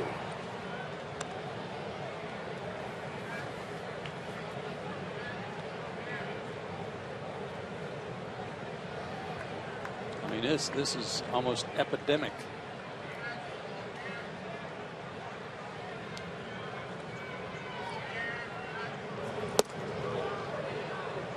Good try. Freeman laid off. 1 ball, 2 strikes. You know, it really is the kind of thing that you just sit there and scratch your head. And I mean, there's not much of an explanation for it. It's just one of those things you go through, and when you go through it, it's very noticeable. And like you say, guys start to maybe press a little bit, but it's just crazy how it snowballs. That gets away. Hudson halfway down the line would have been toast. Nice play by Rosario to recover and flip right on target as Reynolds was at the dish. Tim standing at third base with his hand on his heart too. I think it scared him to death.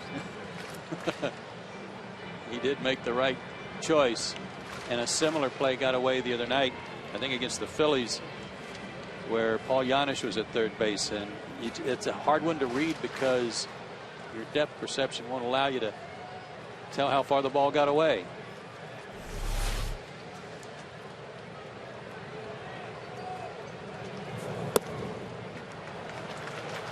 All right, Freeman battles back. Full count. Good at bat.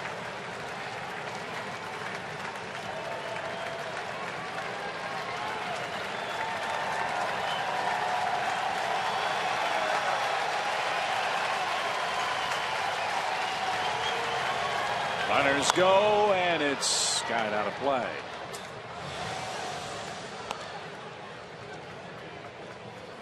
It's about the only guy out of their bullpen that's not in the low to mid 90s with his fastball. This is 89 to 90. Slider and a split finger pitch.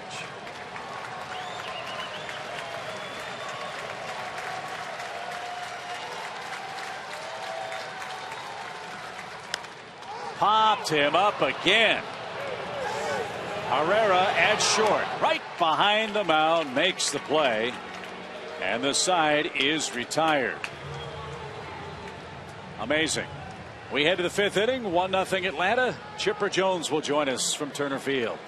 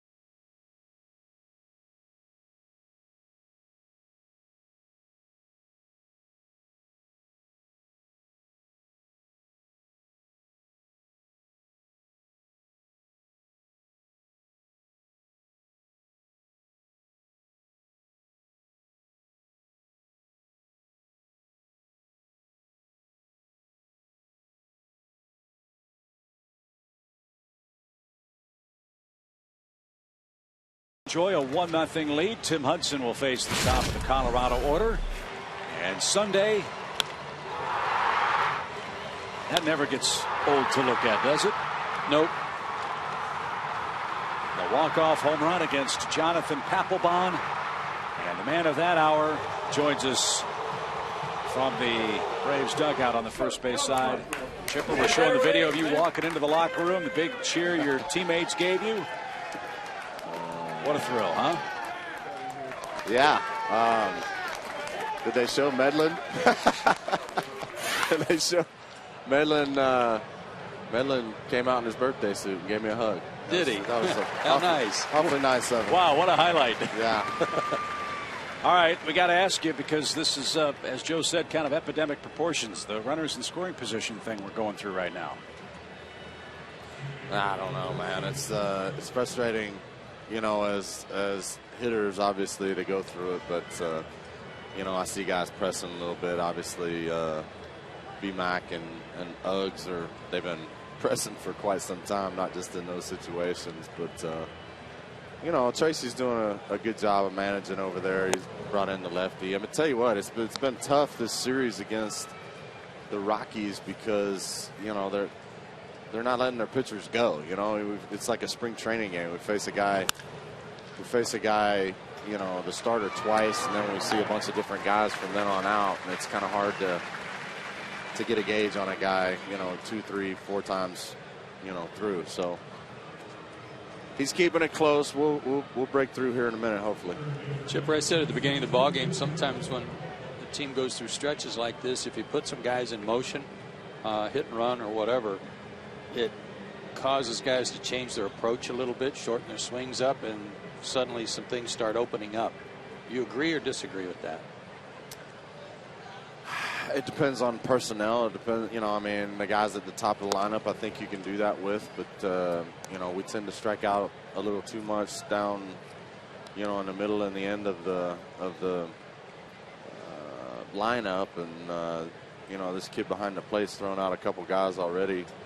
This last thing we want to do when we're struggling is run ourselves out of an inning. We want to give ourselves a chance to hit one in the gap and see some guys run around the bases. And, you know, we've had a couple opportunities the last couple innings. I think we left the bases loaded the last 2 innings. And but I still think we got enough good hitters on this ball club. We keep giving ourselves opportunities. Somebody's going to gap one here pretty soon. And if Colorado keeps giving you runs, you're certainly happy to take. Do you ever see a game in the major leagues, a play like Chacin's where a run scored, where a pitcher dropped the ball from the catcher? Well, I saw John Rocker balk off. That was kind of the same thing. That was kind of embarrassing, but anyway, no, I haven't. You know, we've been very lucky this series, to be honest with you. I thought, obviously, Medlin dominated Game 1. I thought we swung the bats well in Game 2, and Tommy pitched well in Game 2. We just, you know, we couldn't get the big hit at the big time. Yesterday, I was really disappointed with the way we played. We ended up winning 1-0. And, you know, it just seems like, you know, we've gone through this little streak here, you know, at the end of August and beginning of September, the last couple of years, where some guys have hit the wall all at the same time. It's not uncommon that people hit the wall, especially when you got some young guys. But to have everybody kind of have the slow bat and struggle at the plate at the same time is not that common.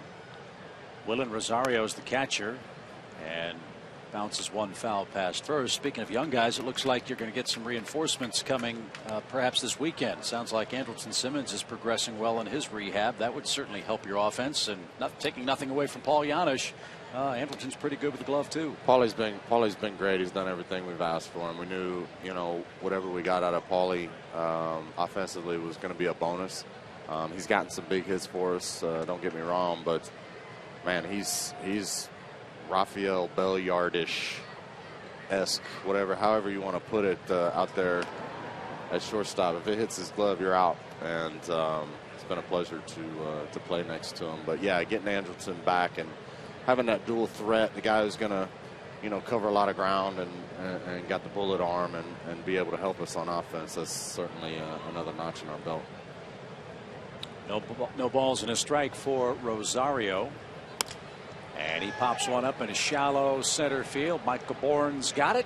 And that'll retire the side. Chipper, as always, we appreciate the time. I know you're looking forward to your final visit to New York, where the fans will serenade you, I'm sure, tomorrow. With something. You bet. We'll see you on the plane. All right, man. Thanks.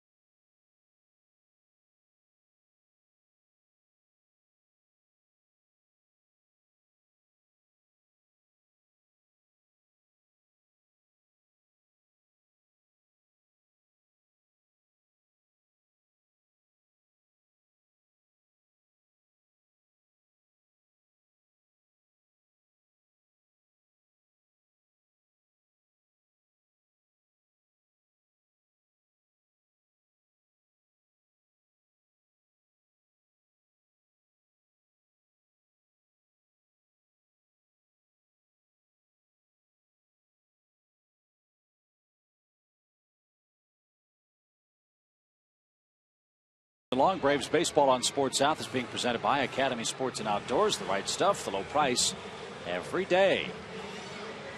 Francisco, Ugla, and McCann are coming up for the Braves, who lead 1-0. If you can't get enough college football, look to Bates and Bowden on Thursdays. James Bates and Tommy Bowden bring you their take on football in the SEC, ACC, Conference USA, and more. Don't miss the new college football show tonight at 7 on Fox Sports South.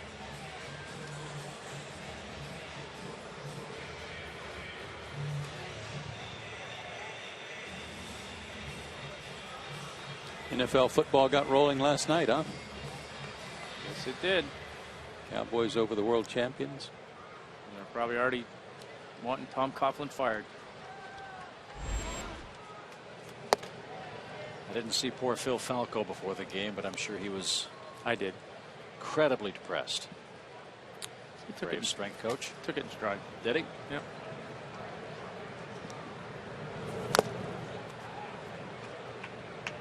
You will not see a bigger New York football gymnast, as he likes to call them, fan than Phil Falco.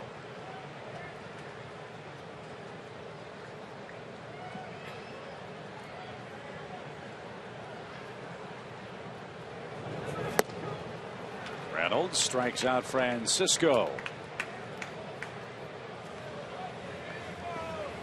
So he's gone a perfect inning of relief. Jim Tracy pops out of the Colorado dugout, and we'll go get him. So as Chipper said, Jim Tracy is indeed mixing and matching. Lefties, righties. He's got a ton of guys in his bullpen.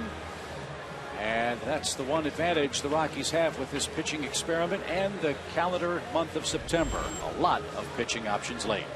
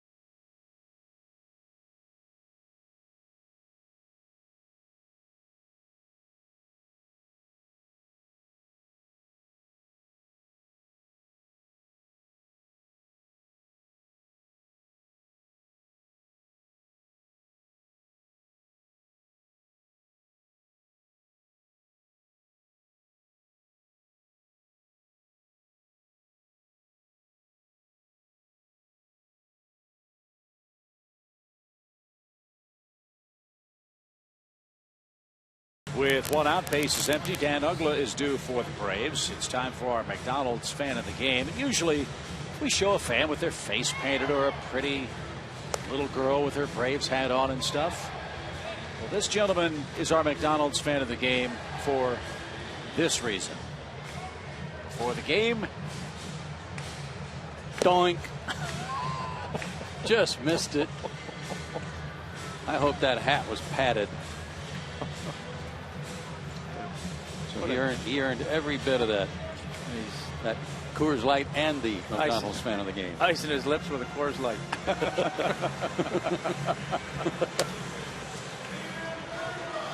But he seemed to take it in stride, so congratulations, we think. Here's Dan Ugla. A double to right for Dan. A fly ball to left for Dan. That came with the bases loaded in the Atlanta third.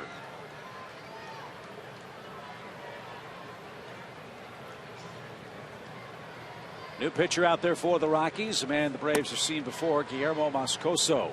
He started a game in May against Atlanta. And the Braves beat him up pretty badly. He's been up and down between Colorado Springs and the big leagues.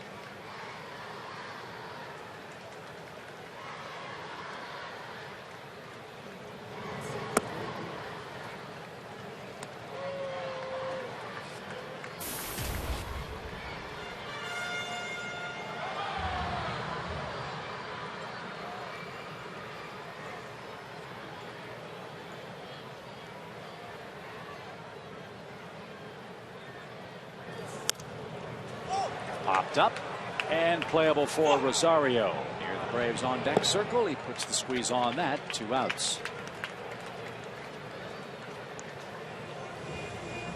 Fans get a behind-the-scenes tour of Turner Field, including stops at the press box, clubhouse, dugout, and more. You'll see the Chipper Jones home run exhibit and the other 700 artifacts when you visit the Braves Hall of Fame Museum.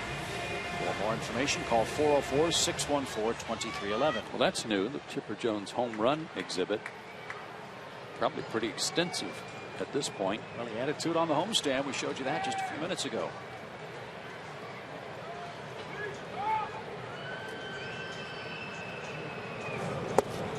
A strike to Brian McCann. I've got one of those exhibits at my house. You do? Yes, it's a real quick tour. It's about 700. You miss it if I don't point it out. Now, how many home runs, Joe? Oh, it's too many to count. 9.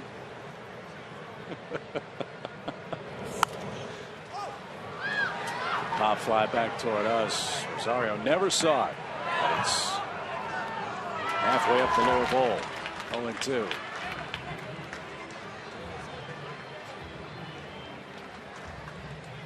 Yeah, there was a time where thanks Laser, I was tied for the league lead in homers. Opening day.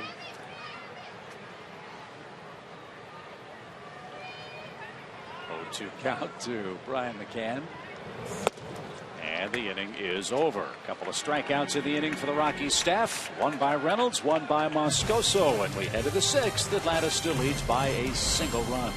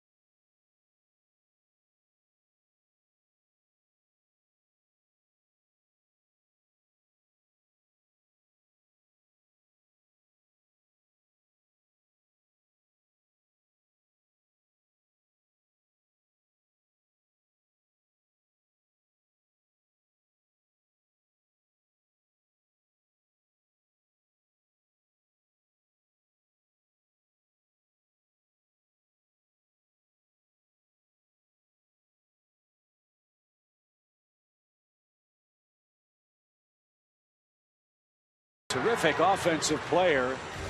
Needs some work with his defense. We've chronicled that. But, fellas, where do you think he stands among National League rookies?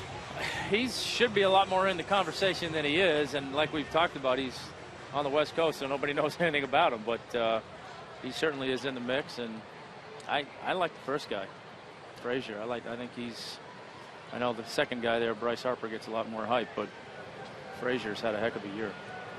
That's our SunTrust solid performance. How about Wade Miley?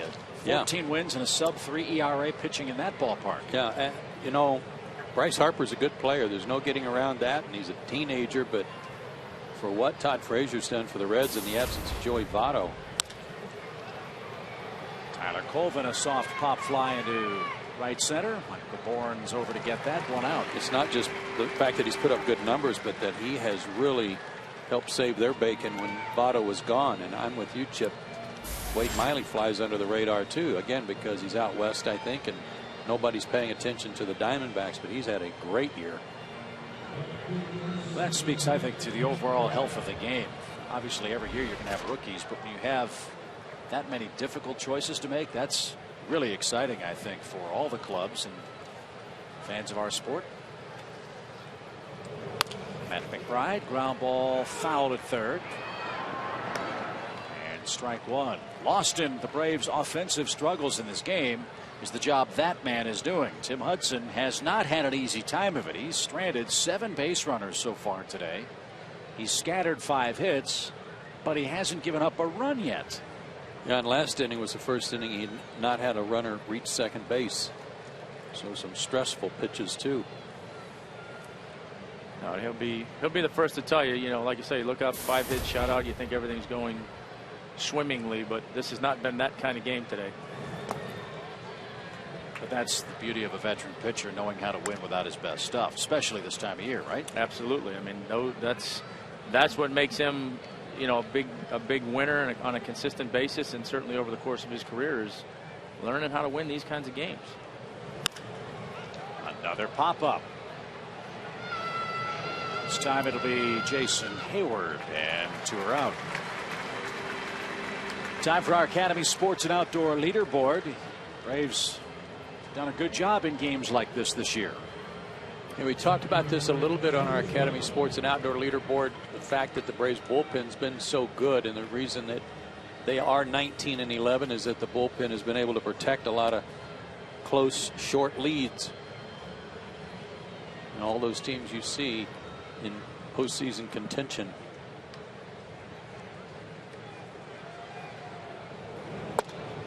I think that speaks to the bullpen. On days where your offense is struggling, get in the bullpen, your starter struggles, they can shut you down 4 or 5 innings sometimes. We certainly know the last 3 are trouble for the opponents.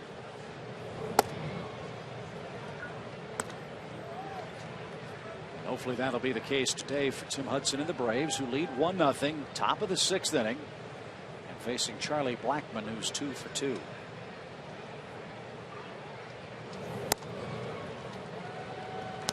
Well, that's a good feeling for a guy like Huddy on a day like today, that knowing if he gets through this inning, if they choose to turn it over to the bullpen, boy, they got 3 pretty good guys that are running out there, as opposed to saying, man, I got to find a way to get through one more inning.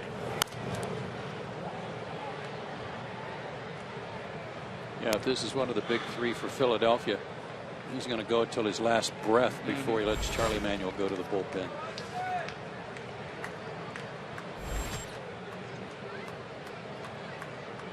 Yes, the pitch count reasonable, but to Joe and Tom's point, a lot of stressful pitches. And another pop. This one deep short. Giannis going out, looks over the shoulder, can't get it, nor can Prado. And Blackmon has a blue pit with 2 outs. And a perfect day at the plate. He's 3 for 3. Well, the best thing about that play is that nobody got hurt. That had the makings of a collision written all over it. And Paul pretty fearless here, knowing that Martine's closing in on him. Boy, Blackmon, 3 hits today. That rocket double that got past, it went right past Freddie Freeman, and then a bouncer over the mound, and now a bloop. He's getting them all kinds of ways. And now again, a dangerous hitter for Tim Hudson in Jonathan Herrera. Tim's gotten him twice today. But Herrera's 4 for 7 with a home run coming into play against him in his career.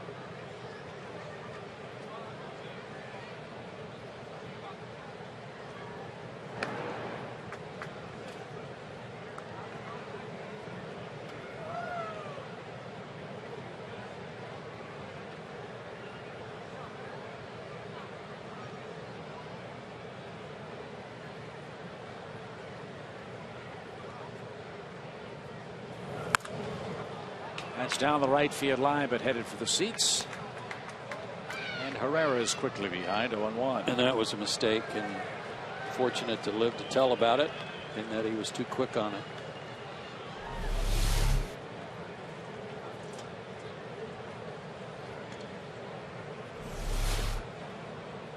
Herrera, another Rocky out of Maracaibo. They've got a lot of players from Venezuela on their roster.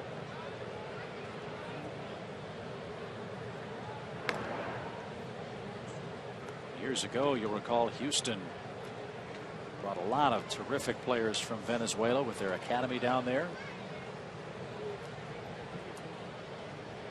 Herrera, another one It's come this time to the Rockies. 0-1 count to him.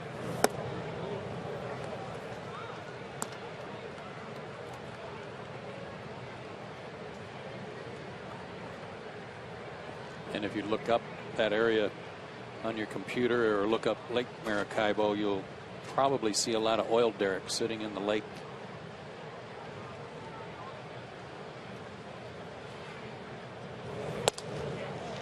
High strike. Herrera didn't like it.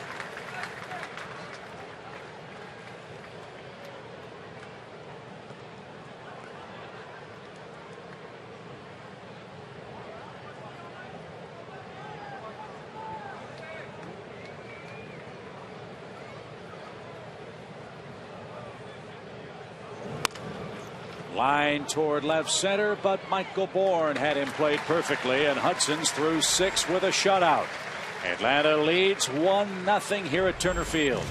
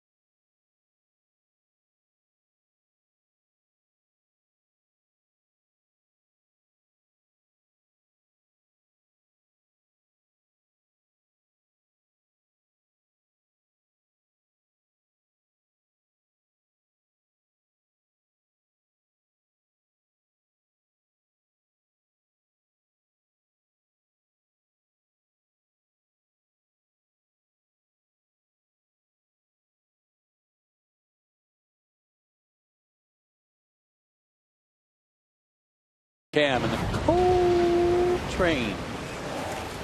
How about this play? It's the only run the Braves have today. He'll throw back to the mound, and Jhoulys Chacín missed it. Juan Francisco saw it and frees it right off the web of the glove. Killed it just enough so that it dies right out between the mound and second base.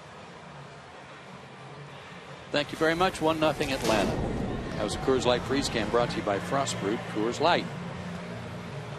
If he loses the game on that play, if he does, it will not be a never happen again. It will not. Well, it won't be a happy flight for him to Philadelphia. That's where the Rockies go next. Of course, it probably will never happen again anyway. But Paul Janisch leads off the Atlanta 6th. Ball's walked and flying out.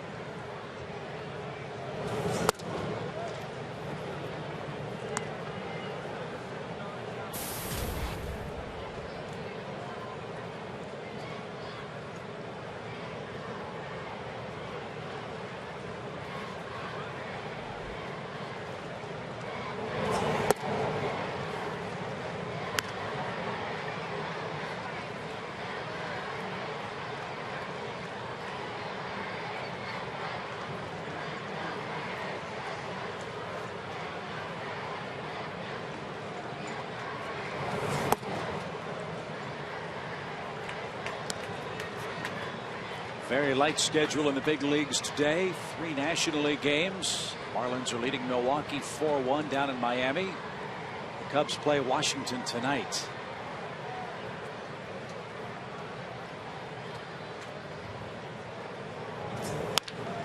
Ground ball to short. Herrera's got it. And throw to first in time. 1 down. Great day for folks to come to the ball game. Day game here on the getaway day, and among those in attendance, former Braves pitching coach Leo Mazzoni. Always good to see him here at the yard, huh, Tom?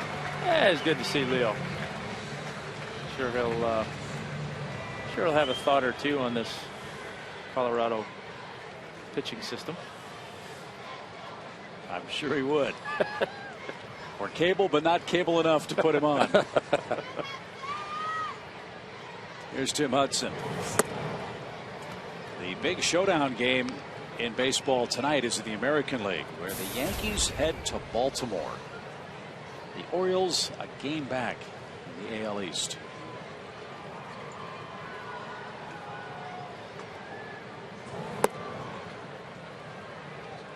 Bet you saw that coming this week. I was going to say, everybody had that circled on their schedule early as being a big first place showdown.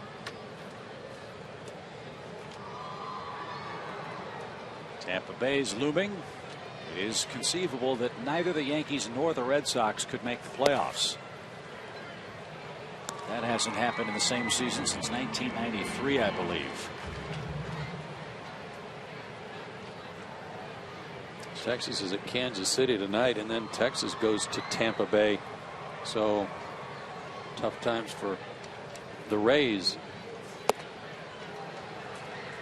That way, Tim, cut it loose. Try to give himself a little insurance there. Yeah, I like it. was. The Braves have 7 hits. Tim's got one of them. That came in the 4th inning. Atlanta had the bases loaded in the 3rd and 4th. Could not break through.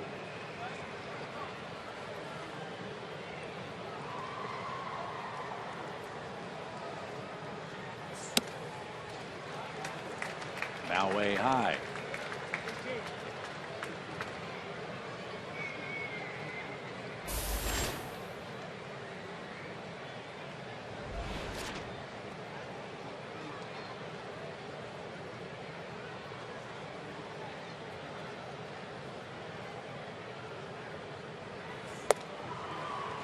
Two outs.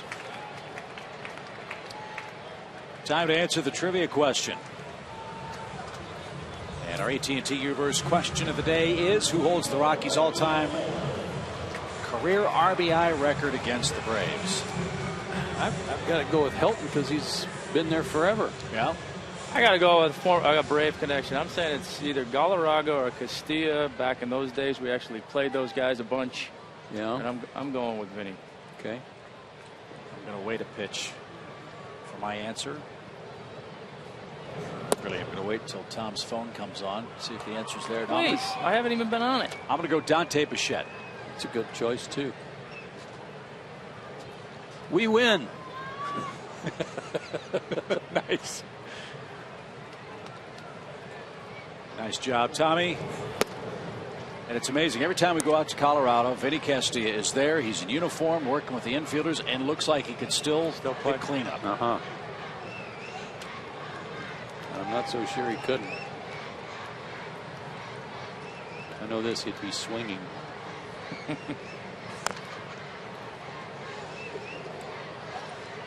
I used to love watching him play defensively.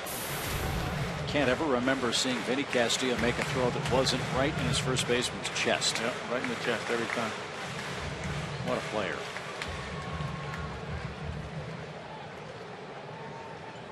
That was a heartbreaker, losing him to the Rockies in the expansion draft. They took 3 Braves: David Meade, Vinny, and Armando Reynoso. And I think that was the rule. The max was you could only take as many as 3 players from one team. They maxed out on Atlanta. 1-2 to Michael Bourne with 2 outs. Base is empty. And a late swing. He took that right out of Rosario's glove. You remember the rule, Tom, if on the expansion draft you would probably lose some people off your 40-man roster because you couldn't protect all 40 or even 50. Wasn't it about 30? 35? Yeah, I want to say you could protect 30, and then if you lost a player, then you could protect so many more, and then if you lost another player, you could protect more. So I don't remember the exact number, but.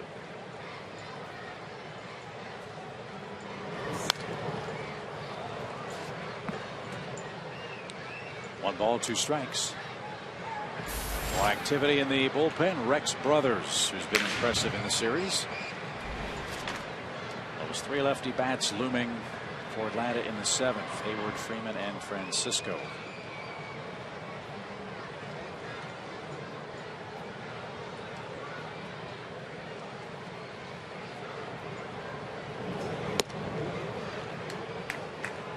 2-2. If you remember, Benny played shortstop coming up for the Braves. That's right. He was originally a shortstop.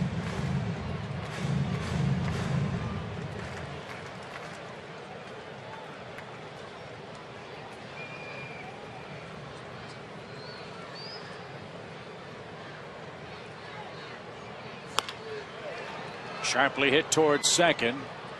And Rutledge makes the play, and Moscoso set down 5 straight Atlanta hitters. Speaking of the 7th, that's where we're headed. 1-0 Atlanta leads.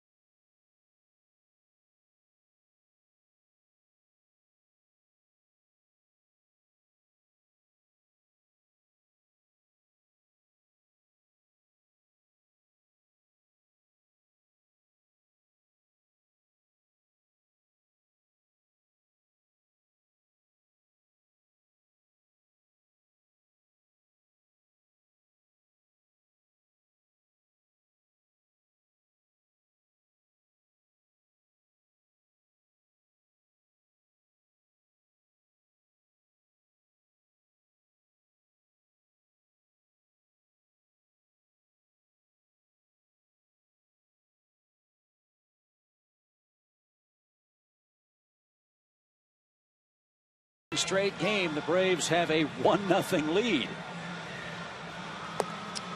Chance though still to take 3 out of 4 from Colorado, and we hit the road for a showdown with the Mets at Citi Field. Join us at 7 o'clock tomorrow night in Atlanta on Peachtree TV on Fox Sports South outside of metropolitan Atlanta. Our final look at the New York Mets in Gotham, and here are your pitching matchups. Yeah, our 4th trip to New York this year, counting interleague play. Paul Maholm out there for the Braves tomorrow against Jonathan Neese. Saturday afternoon, Chris Medlin back out looking for his 8th win. And then Tommy Hanson on Sunday. Day game there, 12:30 for Braves Live. Braves have played real well against the Mets here the last part of the season. So old teammates Tim Hudson and Jason Giambi hook up in this 7th inning. Giambi walked in the 9th inning last night. He's a pinch hitter. And stands in for Moscoso, who faced 5 hitters and got them all out. A couple of strikeouts. Those were some good Oakland teams, weren't they? Starting with Hudson and Mulder and Zito at the top of the rotation. They were Moneyball before they knew they were Moneyball back then, probably.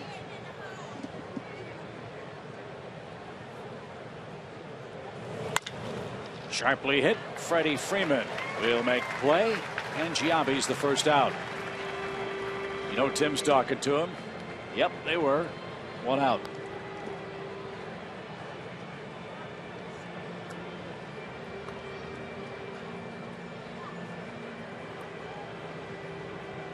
Well, we invited you, Cody, excuse me. We invited you to multitask today. So thank you for watching. Not much offense, but boy, Hudson's pitched very effectively, and he's had to. He's been given a 1-0 lead. I would guess, though, as the pitcher, Tom, you get a run like that in the 2nd inning, you think, okay, well, there's one to work with, but I'm going to get a bunch more as we go along here. Yeah, absolutely. Yeah, you're not thinking along the lines of, hey, there's your one, now go make it stand up. Right.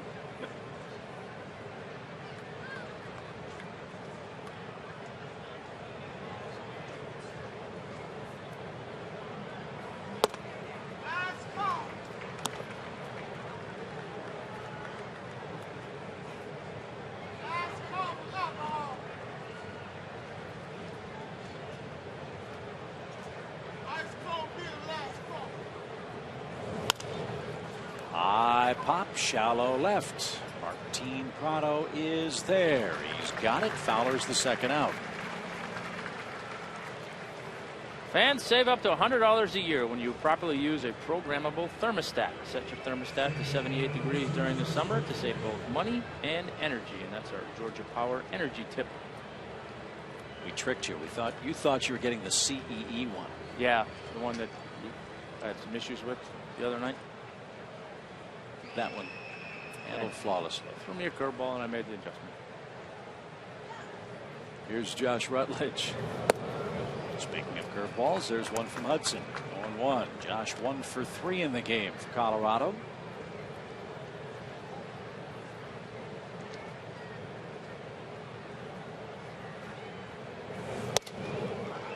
Like Michael Bourne just gave a sign over to Jason Hayward too.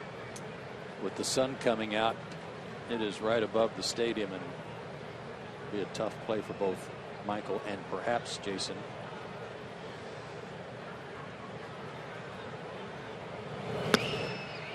I think we're all guilty of forgetting just how good Tim Hudson is. He already leads the staff in wins.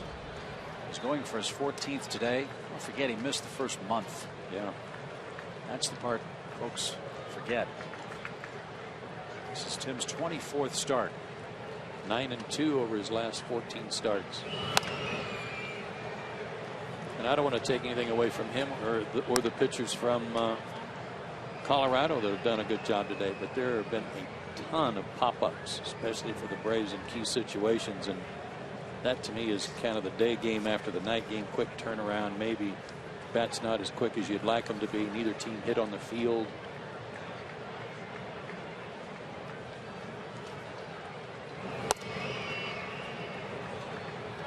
If there's an area of frustration for the Braves, it's been against this Colorado bullpen.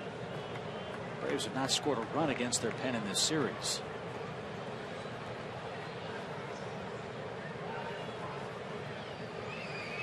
We hope that changes when the Braves are up after the 7th inning stretch.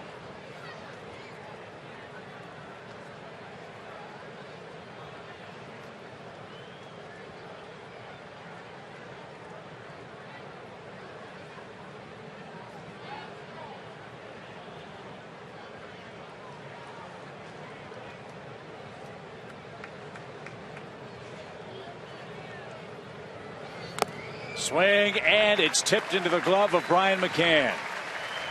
Tim Hudson, a magnificent effort today. He's through 7 innings. He leads 1-0 at home over Colorado.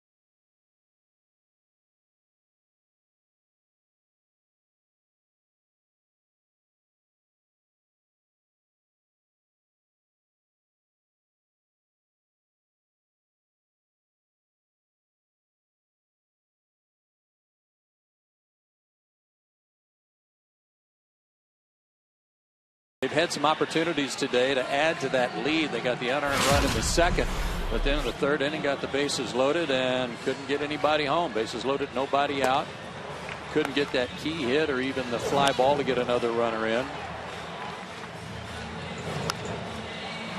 That pop up ended the inning. Fourth, same thing. Bases loaded, 1 out, and couldn't get a run in. Although they did get a hit that inning with a runner in scoring position. Martin Prado came through with a hit, but it didn't score a run. So the Braves are 1 for their last 30 with runners in scoring position.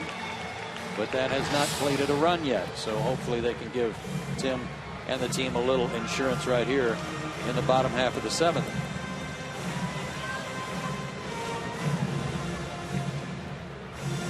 Well, you've got the right guys up there in the 7th inning. Prado, Hayward, and Freeman. And Rex Brothers can bring it. He's on for the Rockies. 4th pitcher of the day for Jim Tracy.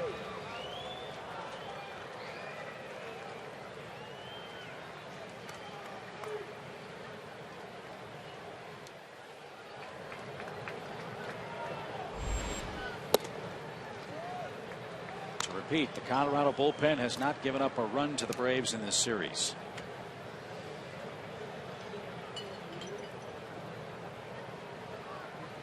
.22 strikeouts in 17 frames. That's some pretty good pitching there. Let's hope you put the whammy on him.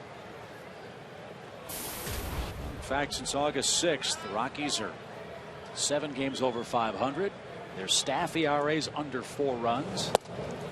Their relief corps has the 4th best ERA in baseball since the 6th of August. They're at .335 and dropping, counting today's work.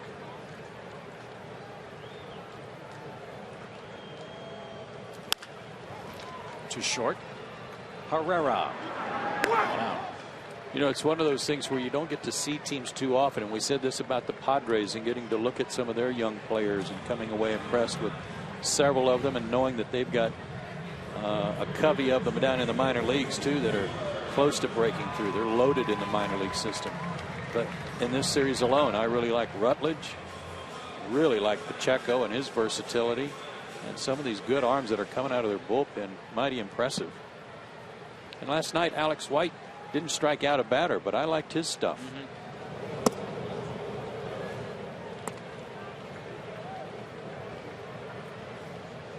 So as you've said, Joe, for the last couple of weeks, toss out what the Rockies' season record is and look more closely at what they're doing lately.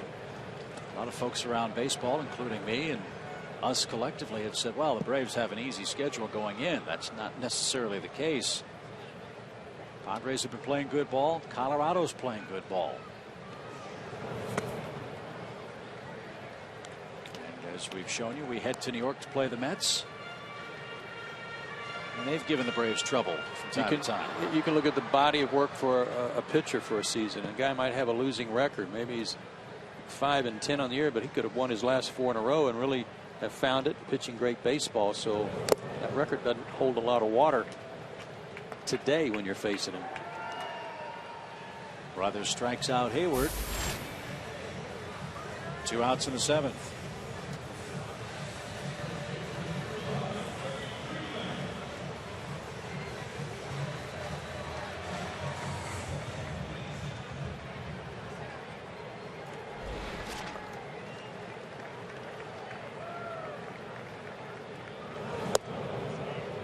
Ball 1 inside. Freddie's 0 for 2 with a walk.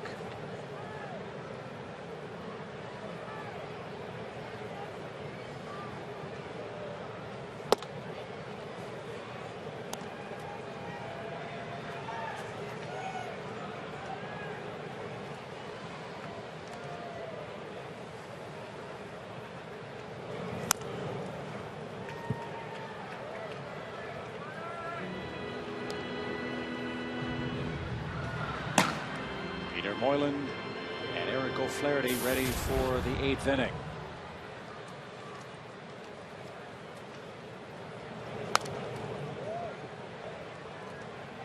I didn't ask Freddie before the game about the availability of Craig Kimbrell. We said last night, you know, kind of jokingly, hopefully they would have enough runs on the board they wouldn't have to worry about the closer.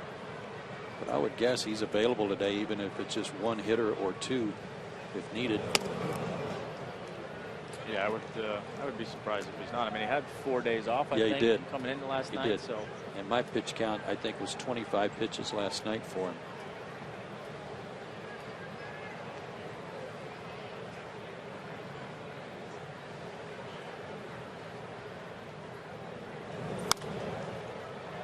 Poked foul to the left side. Freddie stays alive. 2 balls, 2 strikes. And Jim Tracy still has an ace to play, and that's Carlos Gonzalez, who's still on the bench. Freddie hooks one towards second. Rutledge has it, and the throw to first retires the side. The Rockies' incredible relief work continues, but they trail 1-0 to that man, Tim Hudson.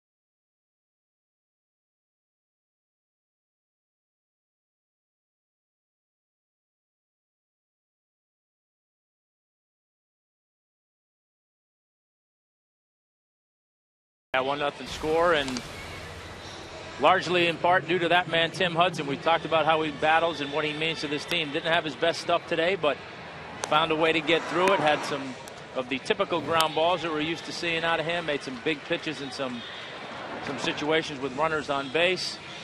Got the strikeout ball going a little bit later, and again, I think if you asked him after the game to rate his stuff, it's certainly not going to be his A stuff kind of game, but that's what makes him so valuable to a pitching staff. He's able to go out there, figure something out, get the game deep into the bullpen, and in this instance, a gift run, hands it over with a 1-run lead to these guys on the back end of the bullpen. And it's Peter Moylan who answers the first AT&T call to the relief corps. He's got the 3, 4, and 5 hitters coming up for the Rockies. He pitched on Tuesday against these guys, gave up a couple of unearned runs. This will be his 4th game since coming up. Pressure packed at bat for Jordan Pacheco. His 14-game hit streak is on the line. And he swings the first pitch, and Hayward's going to catch it. 1 pitch, 1 out. Among the other dignitaries here at the ballpark today, the chairman emeritus of the Braves Medical Services.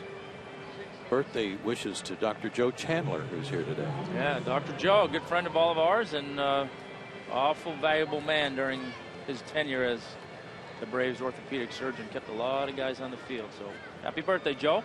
The amazing part of that is that he became a physician at the age of 12, so he's just 38 today. Here's Rosario. He's singled in 3 trips and hitting .252 for the year.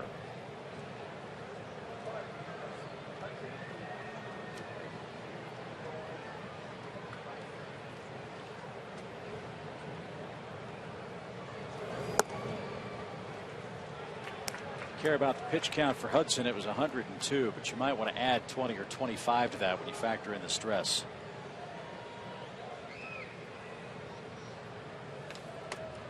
He had to work hard today. Another pop. This one into shallower right field. Jason Hayward comes in. He's got that. 2 outs. A lot of pop-ups.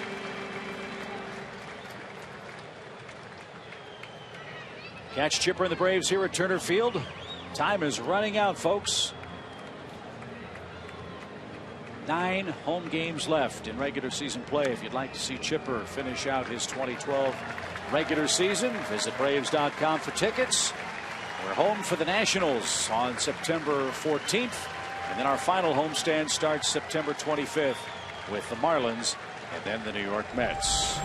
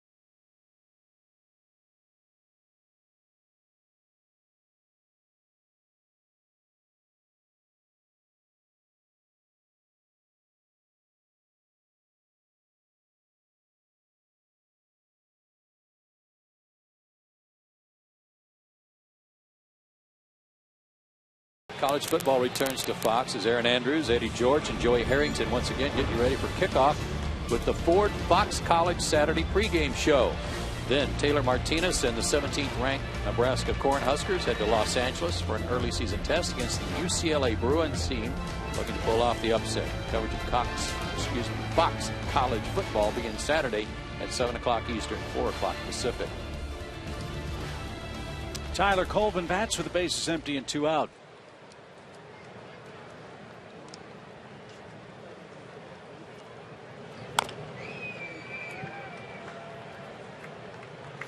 Eric O'Flaherty answers our AT&T call to the bullpen.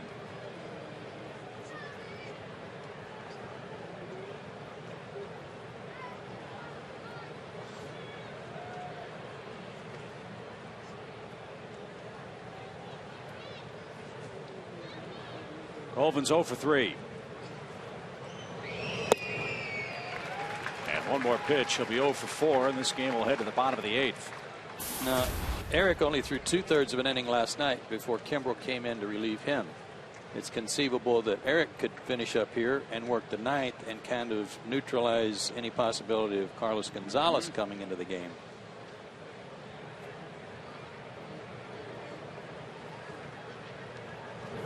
That's the mixed bag that you get when you face a team when one of their stars doesn't play. Freddie Gonzalez talked about that last week. When you look at the lineup card, you know when he's coming up.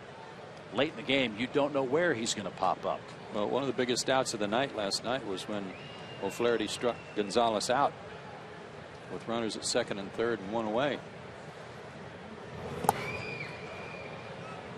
2 balls, 2 strikes. Well, I'd just soon see Carlos Gonzalez in 2013. Sure. Especially with a 1-run game. You can grab his bats and take it on to the next seat.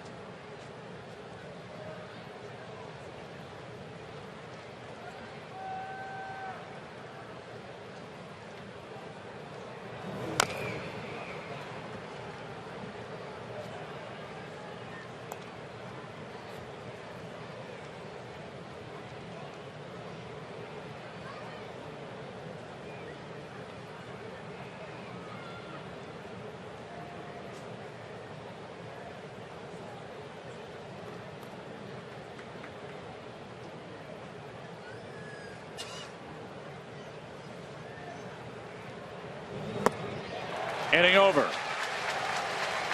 Moylan and O'Flaherty shut down the Rockies in the 8th. The Braves continue to lead 1-0.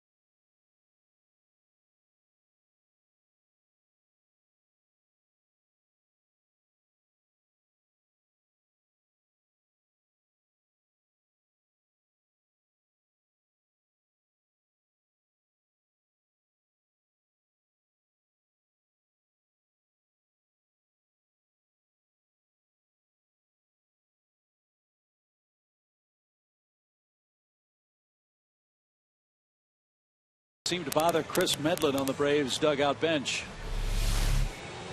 All he had to do was put on Peter Moylan's goggles, and it's like transformation.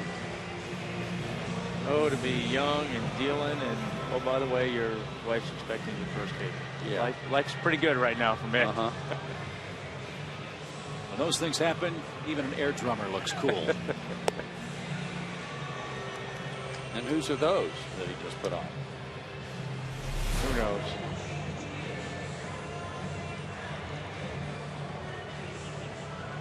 So Rex Brothers will be taken down as the Braves appear to be ready to go to their bench. 1-0 Atlanta. We continue in the 8th inning.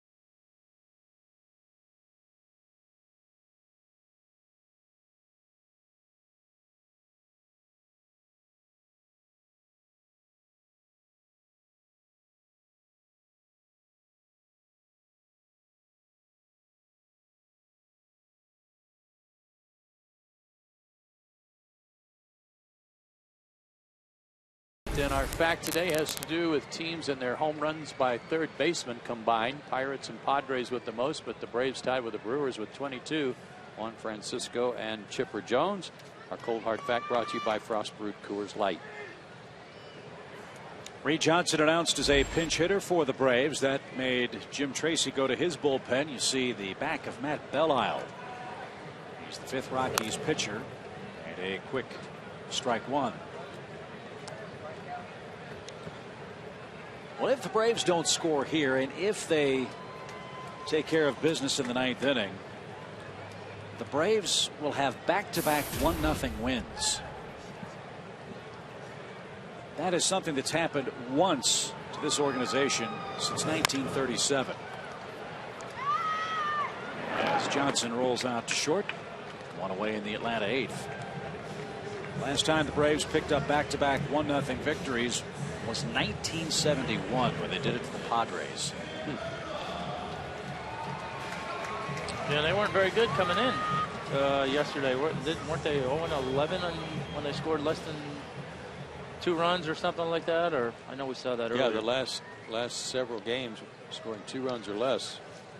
Well, it's a good record. It's happened 46 times, the 2 runs or less thing for the Braves, and they've won 6 of those games. That's what it was. I'm sorry. Greg Kimbrell is loosening in the pen.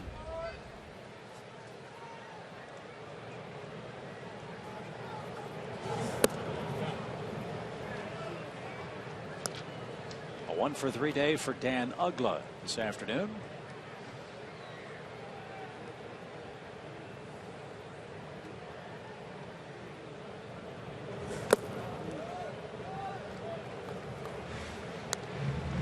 I was right. They're 1-11 when they score 1 run and 6-40 when they score 2 or fewer. So you're all over it. Yeah. I don't know why I doubt myself when I read those things. I don't either. You're going to have more confidence. Or just do like we do, and that's just spit it out there and then go back later and check your facts. Don't let the truth get in the way of a good story. No. Yeah.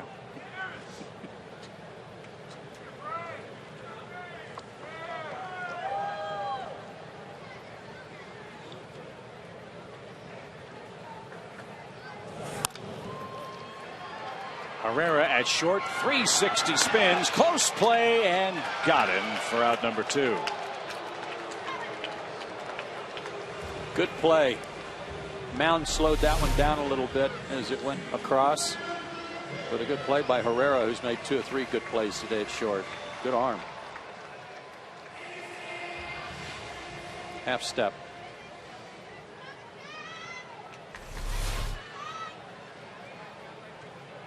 As the pitch comes to McCann, Herrera moves to the first base side of second base on the defensive shift.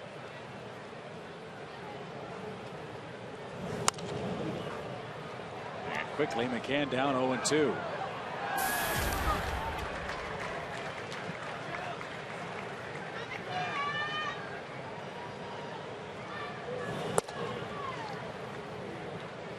Their bullpen has set down 13 in a row.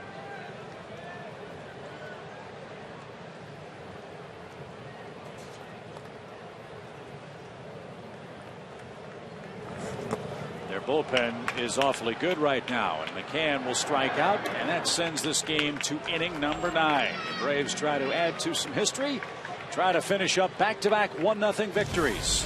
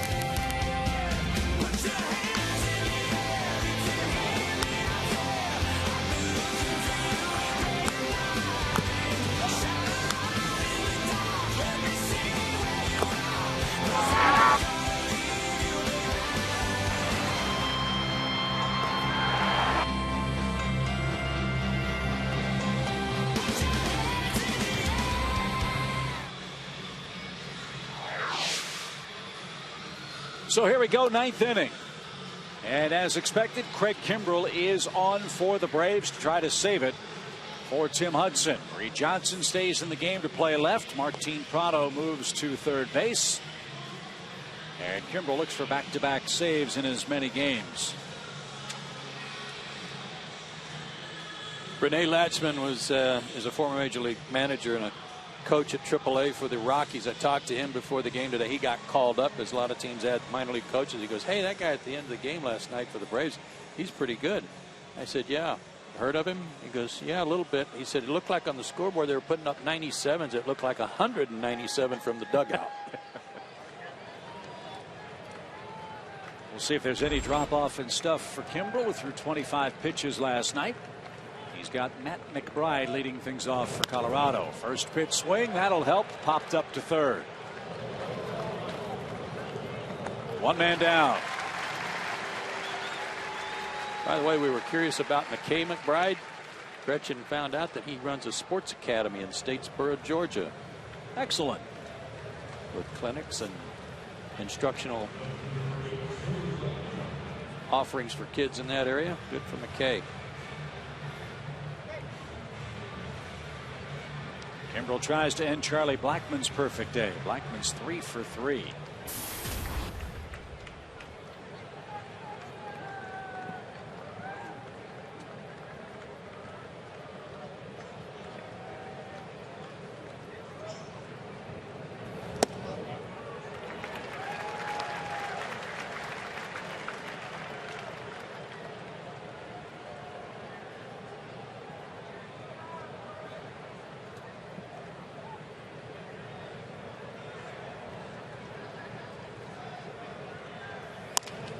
Line drive to left. Blackmon's having the game of his life. He's 4 for 4. And that's a hugely important sequence for look who's coming to the batter's box. So one of his fans, I'll say, down below us was screaming, how do you like me now? There's that guy.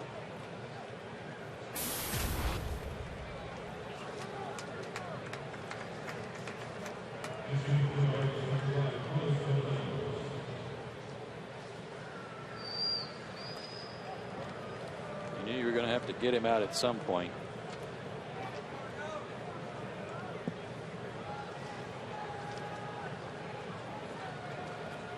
Carlos Gonzalez, 22 homers. Takes one at the knees.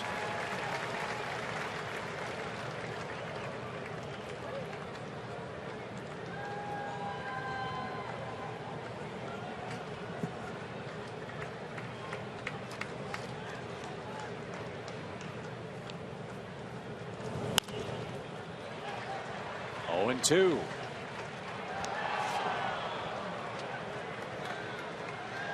Three o'clock in Atlanta, 1-0 Braves lead. Tim Hudson went 7 shutout innings. It was a struggle for Tim. The Braves scored an unearned run when Julius Chassin dropped the catcher's return throw. The ball bounced off his glove behind the mound. Juan Francisco came home to score the game's only run.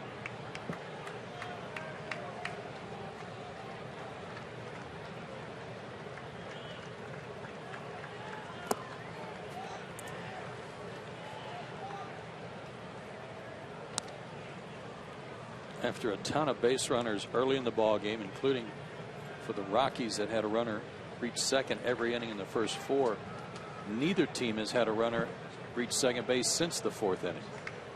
Yeah, it's really cleaned up in that regard. Swing and a miss. Kimbrell has faced Gonzalez 3 times. He's whiffed him all 3 times. 2 out. Again, a pitch that was never a strike, but he was able to see it and couldn't lay off. Andrew Brown, the final hope for Colorado. I don't know the answer to this question, but I wonder if the Rockies have ever lost back-to-back 1-0 games. With their offense, this might be a franchise rarity for them too.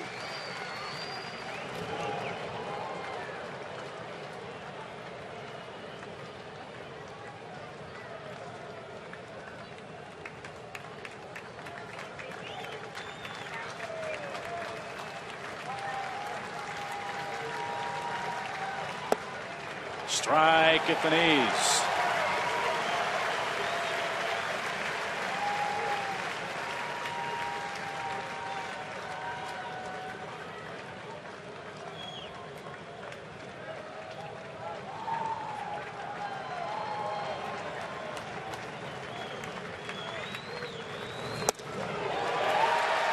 Oh, and 2. Powder River.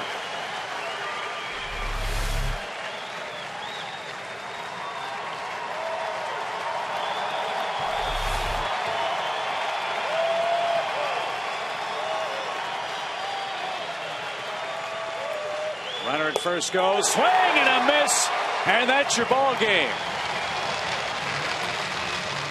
The Braves win back-to-back 1-0 victories. The Rockies, for the first time in their franchise history, lose back-to-back 1-0 games. And this one for the ages, in that something we've never seen before is our Toyota play of the game. The only run of the ball game scored on this throwback to Chassin that he didn't catch cleanly. And with Juan Francisco at third, he scored. The Toyota play of the game. You said earlier, Tom, about Mr. Chassin. Will that ever happen again? I don't think so. That is as tough a loss as you can take. It wasn't pretty, but for Atlanta, they'll take it. They beat the Rockies, take 3 out of 4, and we'll have more after this.